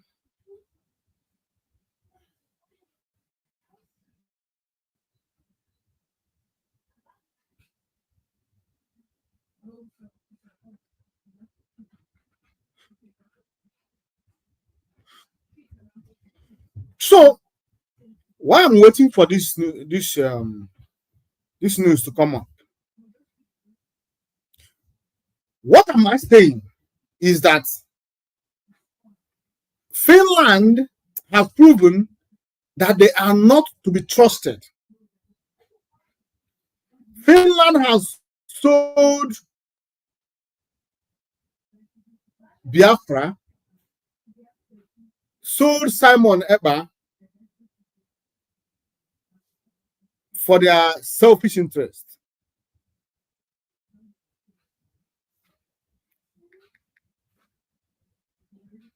They have sold Biafra because they want oil from Nigeria. And this is just like an eye-opener for us. We must know that this battle, if you're expecting any country to come for your aid, if you're expecting any country to come and fight for you,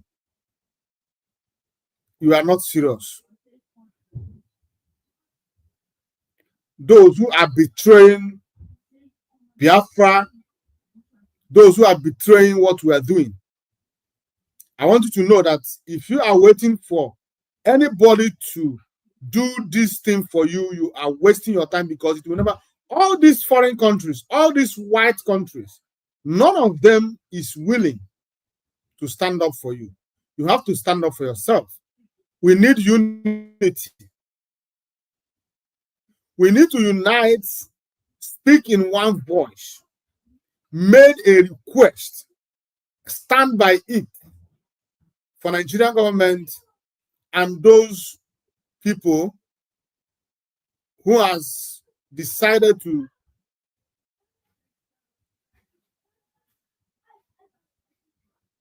destroy what we are doing, for them to start taking us serious.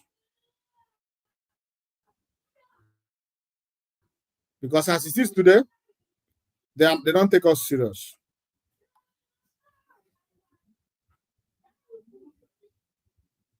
Now let me talk about Mazi Nnamdi Kanu. Remember that Mazi Nnamdi Kanu said that he has fear over what is happening. Remember that just the other day, the Nigerian government insisted that Binta Nyako must hear the case of Mazi Nnamdi Kanu. Now, Mazi Nnamdi Kanu has to talk about it. Let me show you what Mazi Nnamdi Kanu said.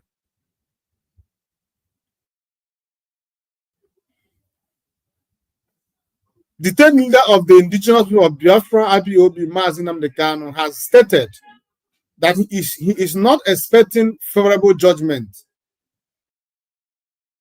from any court in Abuja. This was convened by his lead counsel, Chief Aloy, instead of barrister, as Chief Aloy Ejimako, after visiting him at the Abuja headquarters of the Department of State Service, DSS, where he had a confinement, where he has been in confinement since June 2021, when he was abducted, and the extraordinary rendition. I am happy that these days the Nigerian gutter media are beginning to say things the way they are. They said, they just made it clear that Mazi Nnamdi Kanu was abducted in Kenya and extraordinarily renditioned to Nigeria. That is encourageable.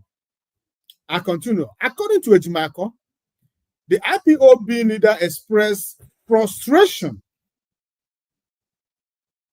over flagrant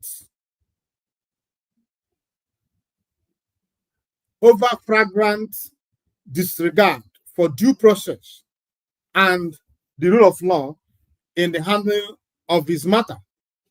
Ejimako, in a post, said he asked us to inform the general public that he is not expecting any favorable judgment from any courts in Abuja because his case are not decided in accordance with the rule of law, but the rule of politics, dirty and deadly politics.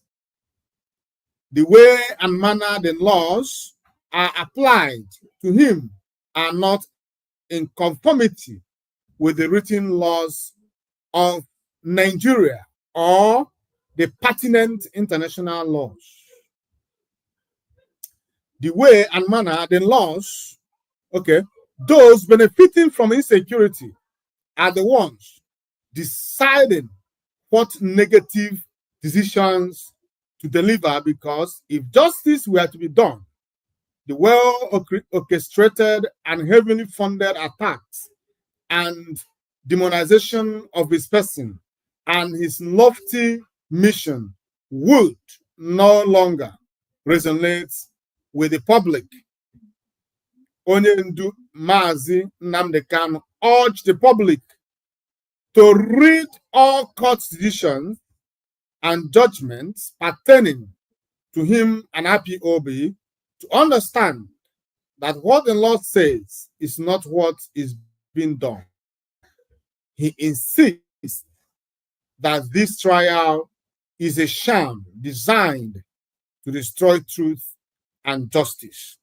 Recall that Justice Binta Nyako of the High Court had mid-last year recused herself from the matter, but the matter, after some time, was reassigned to her amid protest by Kanu and his Lego team. Oh my gosh. Well, we knew from beginning that Mazi Nnamdi Kanu was not going to get justice from Nigeria court. People that kidnap you cannot necessarily give you justice, favorable justice. It is not done. People, ndị Igbo si na onye gbara mmadụ egbe adawa ya mgbọ. Someone who kidnapped you cannot give you a favorable judgment. You must know that. Nigerian government went after Mazi Nnamdi Kanu to kidnap him. How do we now expect that Mazi Nnamdi Kanu should possibly get justice from the same government that kidnapped him? It's not possible. It is not done.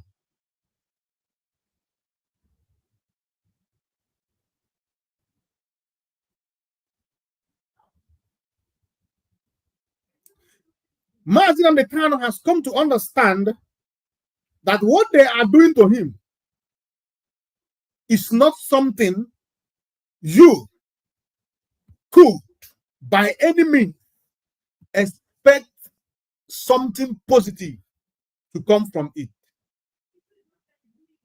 That is why Mazi Nnamdi Kanu is telling you before time that Nigerian government cannot give him justice.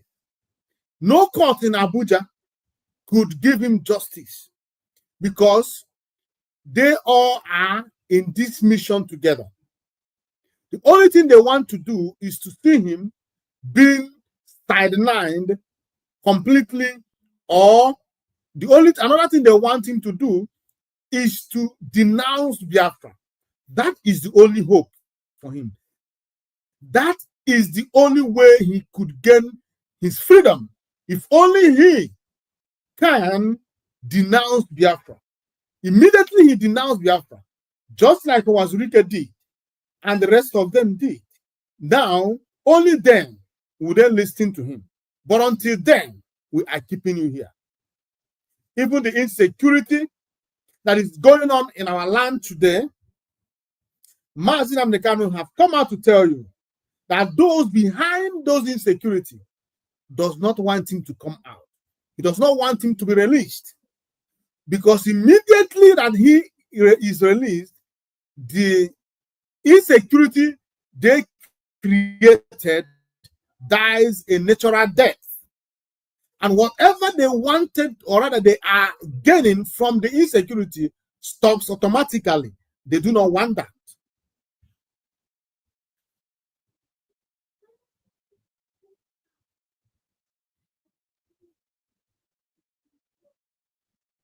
So Mazi Nnamdi Kanu is calling for the attention of Biafrans and those people who are human enough to listen. He wants us to persuade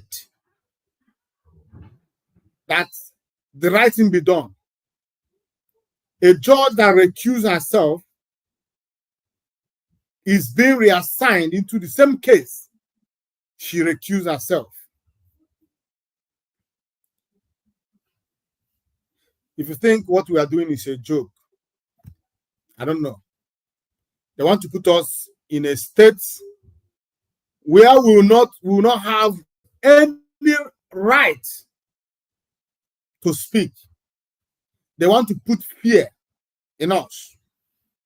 That is why they have used every kind of method to see that they put fear in us. The other day, I think a few days ago, a tanker fell somewhere in Enugu, killing over uncountable human beings, burnt beyond recognition. You think it's natural Tanks are falling here and there in the east, in the west. Tanker is falling in the north. Who are the people causing all these problems? But Mazi Nnamdi Kanu and Simon Ekpa and Biafra at large is their problem. Why insecurity? Why terrorists are systematically taking over everywhere in the land? The only thing that matters to them is how to stop Mazi Nnamdi Kanu, how to stop Mazi Simon Ekpa, how to stop IPOB, how to stop anybody who is talking. But my joy today is that the Yoruba people are beginning to feel the heat too. Even though their brother Tinubu already sold their land to Fulani people. They're beginning to hear the news, to hear the heat, because today the terrorists are taking over Yoruba land. And remember, Mazi Nnamdi Kanu said it. Mazi Nnamdi Kanu said it, that the terrorists are taking over Yoruba land. Now, let me show you one news that I found interesting. I think I want you to know. Not that it concerns us, but it only gives us the courage to continue to fight to protect our land. Because if it is not for the activities of the agitators, this will also be our problem. But we thank Chukwuoke Abiyama that IPOB and Biafrans who are protecting us against the incursion of the terrorists from the Sahel into our land. Now, this news said, quit Southwest now or die. Gani Adams, Yoruba leader, warned Boko Haram, eye swap over hibernating in region. Now, it is now official that Boko Haram and ISWAP are in the western region of Nigeria. They have footings there right now. They operate and they do everything to take over Yoruba land, and their kinsman, Tinubu, has signed the entire Yoruba land to these people. Let me read this news to you. Following the infiltration of the southwest region by suspected fleeing Islamic State in West Africa province, ISWAP, and Boko Haram terrorists from northwest and northeast, there is easy calm in the region. Okay. But every day we see many people who have been beheaded. Many, especially in the interiors and border communities, are living in fear over the likely activities of the terrorists. Governor Sheyi Makinde of Oyo State has raised the alarm that fleeing bandits and ISWAP fighters are making their way to the south, saying this may heighten insecurity. To prevent the rise in insecurity following this development, stakeholders, including the Are Anaka Kamfo of Yoruba land, Gani Adams, the Yoruba Council of Elders, YCE, Soluderu Hunters, Association of Odua People's Congress, OPC, have issued a stern warning to Boko Haram and ISWAP members hibernating in the region to leave the Southwest now or die. Sunday Vanguard, reliable gathered that the respective state commands of the police, Amatekun, and local hunters are battle ready to confront any form of insecurity. We all know that this is just ordinary mere words coming from a cowardized race like Yoruba. We know that Yoruba lost in Lorraine to the same people, and up to date, no Yoruba individual, both as a politician or otherwise, has reason to question why Lorraine is in the hands of the Fulanis. So forget about what you see. Before they come out to talk about this, they have been eating very, very deep. These people already have different cells. They are operating, they have their footings already in Southwest Nigeria. And very soon, as you already seen, it is butchered, how they have been beheaded, how they have been raped, and all that stuff. They are no more able to hide it. It is now in the open that Yoruba land is gone. Mazi Nnamdi Kanu said it in one of his programs that Yoruba land is gone, that all the forests in Yoruba land are then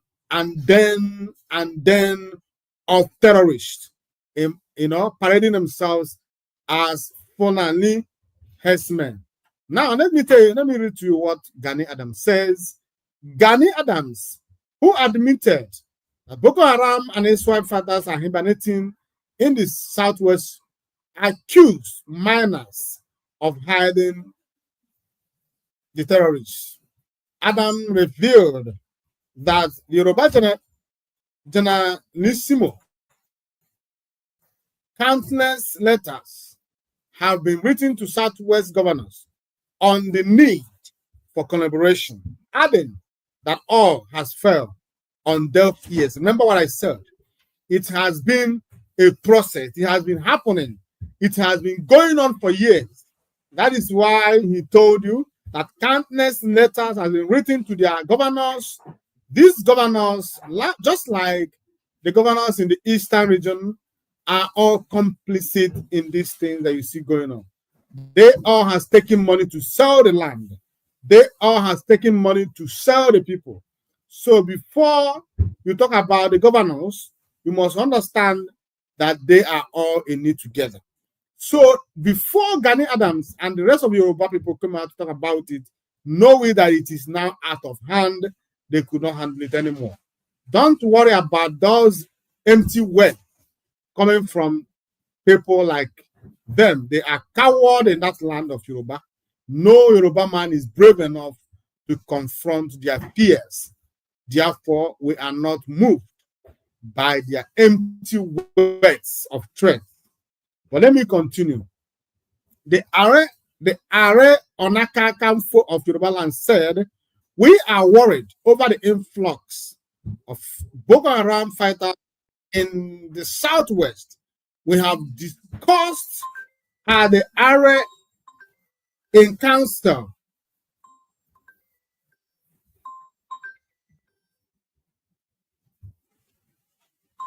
the OPC meeting and Southwest Security Stakeholders Group.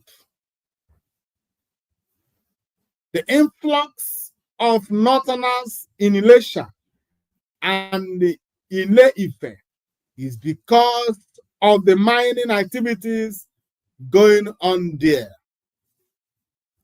We have tin cans of over 30,000 Northerners around Ilesha and Ile-Ife forest.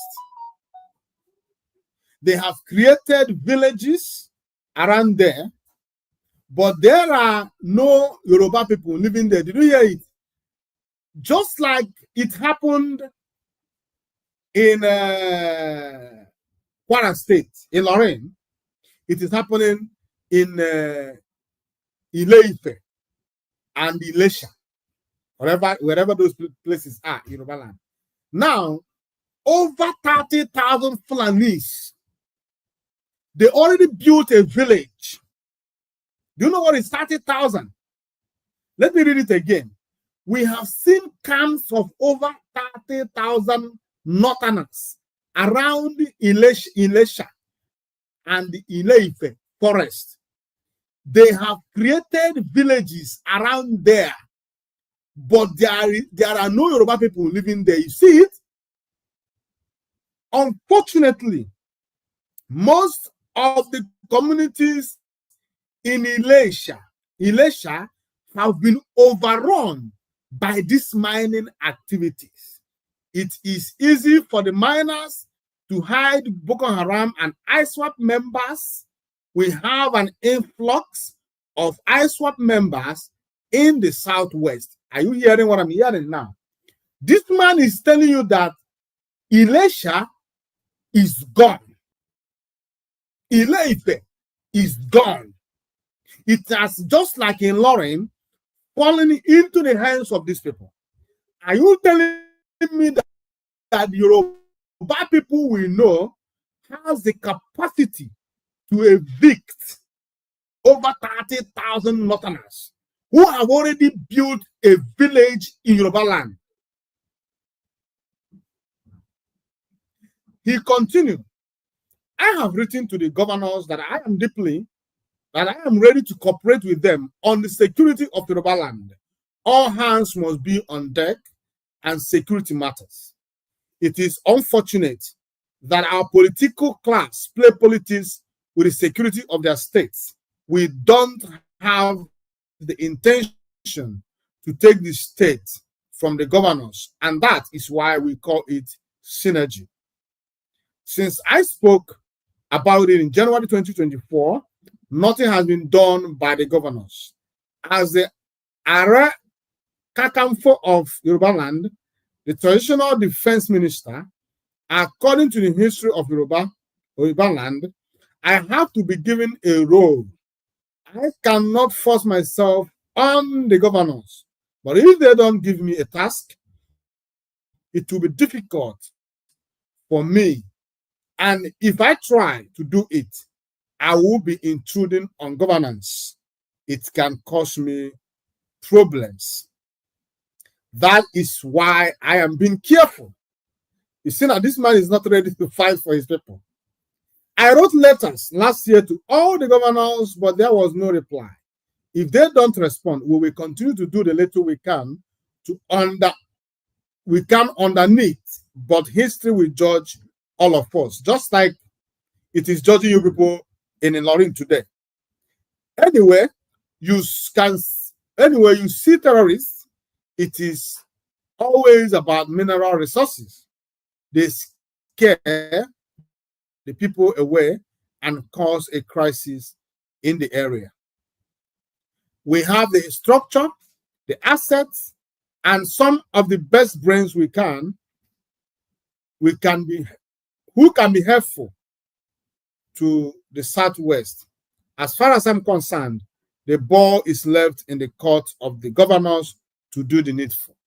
I asked whether there has been any form of collaboration between the OPC and Amotekun Corps. Adam said, when Amotekun was founded, OPC members, vigilantes, hunters, and other private security groups were recruited, but it was not enough. For instance, Oyo State is big.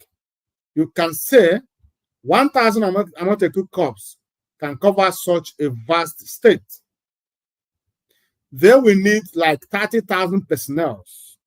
Unfortunately, the governor can only cater for only 2,000 personnel, but we can back it up with relevant security groups coordinated by my office.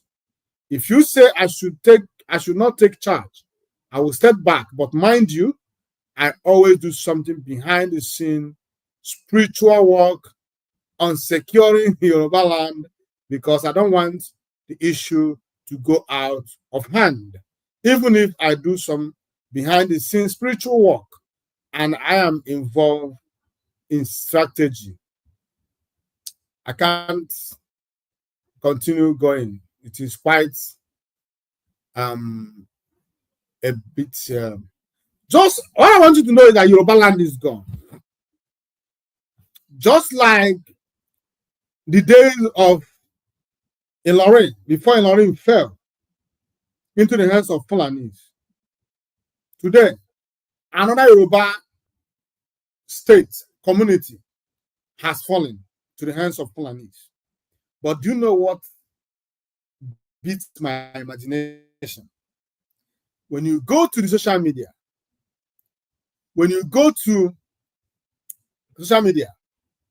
you see all these Yoruba people everywhere talking about, oh, the insecurity in the East, the insecurity in the East, oh, the IPOB, oh, this, oh, that. But their land is going, or rather, has gone completely. Just like the northern elites, or rather northerners, who left what the log of wool in their eyes to care about a piece of cotton in the eyes of a Biafran.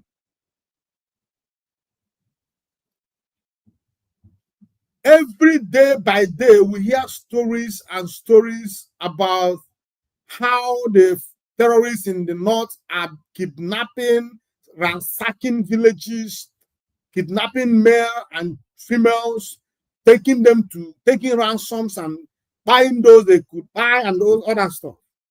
But do you know what is important to the average northerner?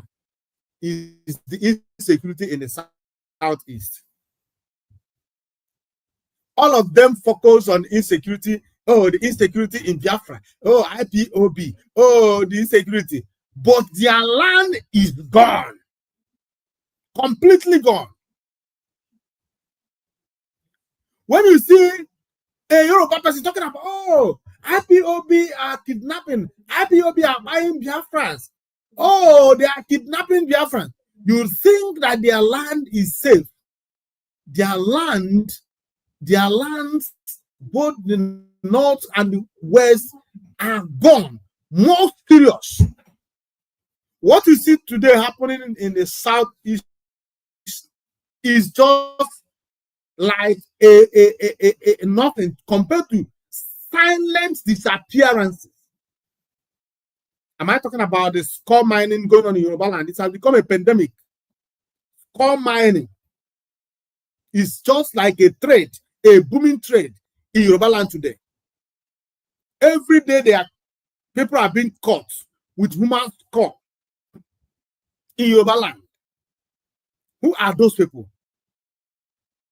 that is being back? They are all Yoruba people. But when you come to every social media platform, oh, the Biafra, oh, the Biafra.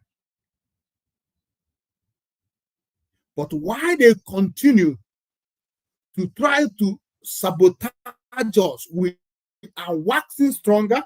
We are protecting our land. We are minimizing the loss. The only problem we have is the state security personnel who have the license to come into the land and commit havoc and go. That's the only problem we have.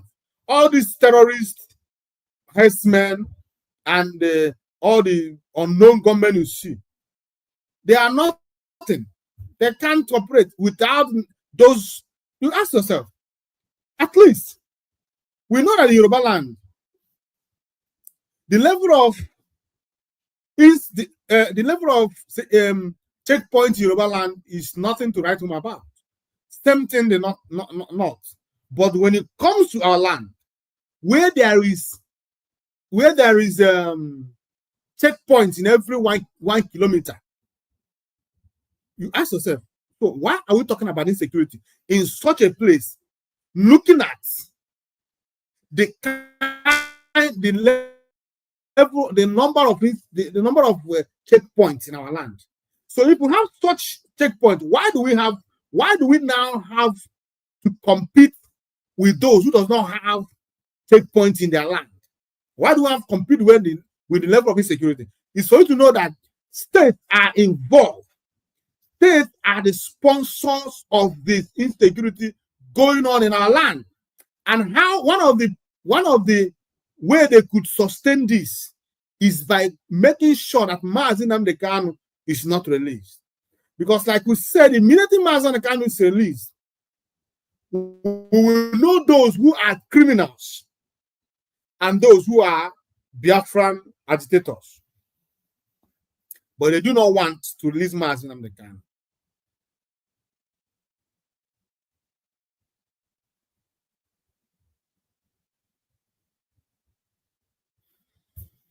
But we shall continue to call on them to release Mazi Nnamdi Kanu, because releasing Mazi Nnamdi Kanu is the right thing to do. Mazi Nnamdi Kanu has not done anything to warrant the continuous detention, illegal detention, his continuous illegal detention. Mazi Nnamdi Kanu should be let loose from the chain that Nigerian government put on him. And also, we are calling on Finnish government also, whatever they are doing, they should know that eyes are watching, and it must go down to history that this is the role they played when Biafra was fighting for their freedom.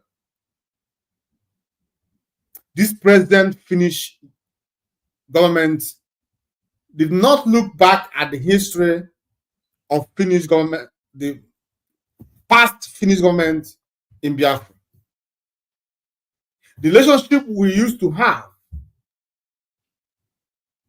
with Finland, because of selfishness, because of greed, corruption, this present government has just destroyed it by their actions, their decisions to play ball with Nigeria because of oil.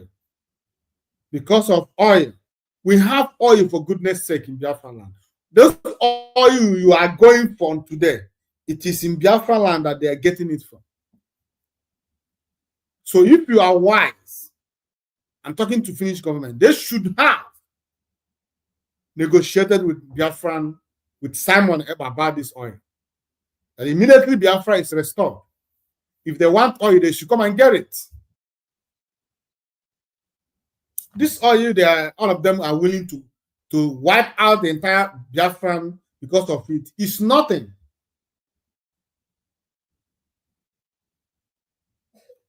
This oil is nothing. It's like water. It does not finish.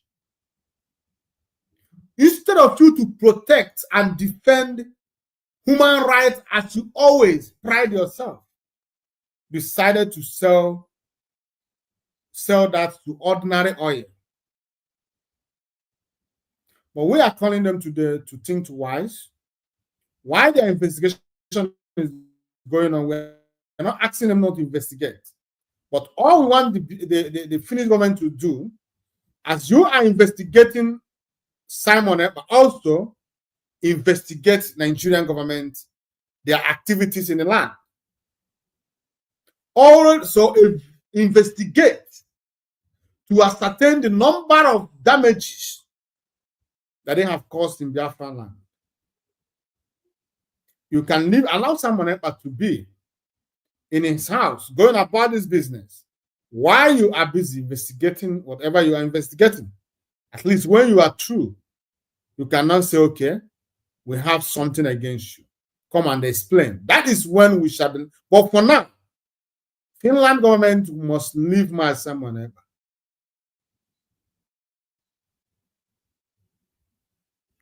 As they said, it is innocent until proven guilty. He has not been indicted officially. It is only mere accusation against him. That is not enough reason to throw him into prison indefinitely. Because you want Nigeria, you want that bilateral relationship with Nigeria to be strong again. Because you feel threatened that happening, or rather, hosting Simon Ekpa in your country will destroy your relationship with Nigeria. Now, everybody knows Nigeria as a country that does not respect human rights. Simon Ekpa had so much confidence on this Finland. I remember those days when you talk about Finnish government listening to Nigeria, he will boldly tell you, "Oh, forget it. Finland can never associate themselves with a terrorist state, with a state that breaks or that does not respect human rights." Unknown to him, Finland was dancing naked with Nigeria. Simon Ekpa so much trust Finland that he never believed that Finland, for once, will listen to Nigeria. He never believed that once that Finland will take Nigeria serious. But to his greatest amazement, Finland has sold themselves just like prostitutes cheaply to Nigeria because of oil. And today, Finland ambassador boldly said that since the arrest of Maj Simon Ekpa, the bilateral relationship of Nigeria and Finland has improved again. It is a pity, it is shameful and disgraceful. It has exposed a lot of Finland. For those in the future who might be thinking of going to Finland for protection, my dear, you must understand that Finland is a poor country. The only thing that made them rich is the wealth they are stealing from Africa. And if they see money, they will sell you and collect money. Think twice.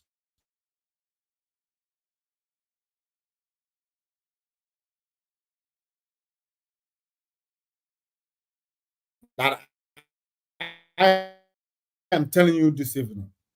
Finnish governments are corrupt. Finnish governments are wicked. Finnish governments are insensitive. Finnish governments are not, they do not respect human rights at all. Don't be deceived. Don't be deceived. You and I knew that Maj Simon Ekpa, just like Maj Nnamdi Kanu, was only defending his people. They are fighting for the very good cause of their people, just like Finland did during their own time. Their ancestors fought to defend the land of Finland. That is why today Finland is a sovereign nation. That is why today Finland is sitting among the League of Nations. Now, they are not seeing it as necessary or right thing to do for you as a black man to fight for your freedom. For them, you are not capable of having a sovereign nation. That is what it is. My respect for Finland has zeroed to nothing. I do not respect them. I do not regard them anymore. Before, I was misled to see Finland as a country where rule of law is supreme. I didn't know that Finland is in the same level as Kenya and some of the corrupt and all the corrupt African countries. There is nothing different between Finland, Norway, and the African countries. All these people, if you are, the only time your human right matters or your right matters is when you are a white. As long as you are a black person, they treat you as an animal because they are racist. They do not see you as a capable, as a complete human being. They shouldn't treat you the way they should treat a Finnish citizen or a Finnish citizen or a Norway citizen or an European citizen. No. Even if you have dual citizen, they don't care. If you are not white, you are not white. You must be treated as a subhuman that you are. You must be treated like nobody that you are, like an African that you are. The only reason, the only time you are useful is when your mineral resources comes to play. That is the only time they negotiate with you. That is the only time they listen to you. Immediately they take it away from your hand, they put you where you belong. But we shall continue to do the needful. We did not see them before we came. We came because we need freedom. We are here because we believe that it is our right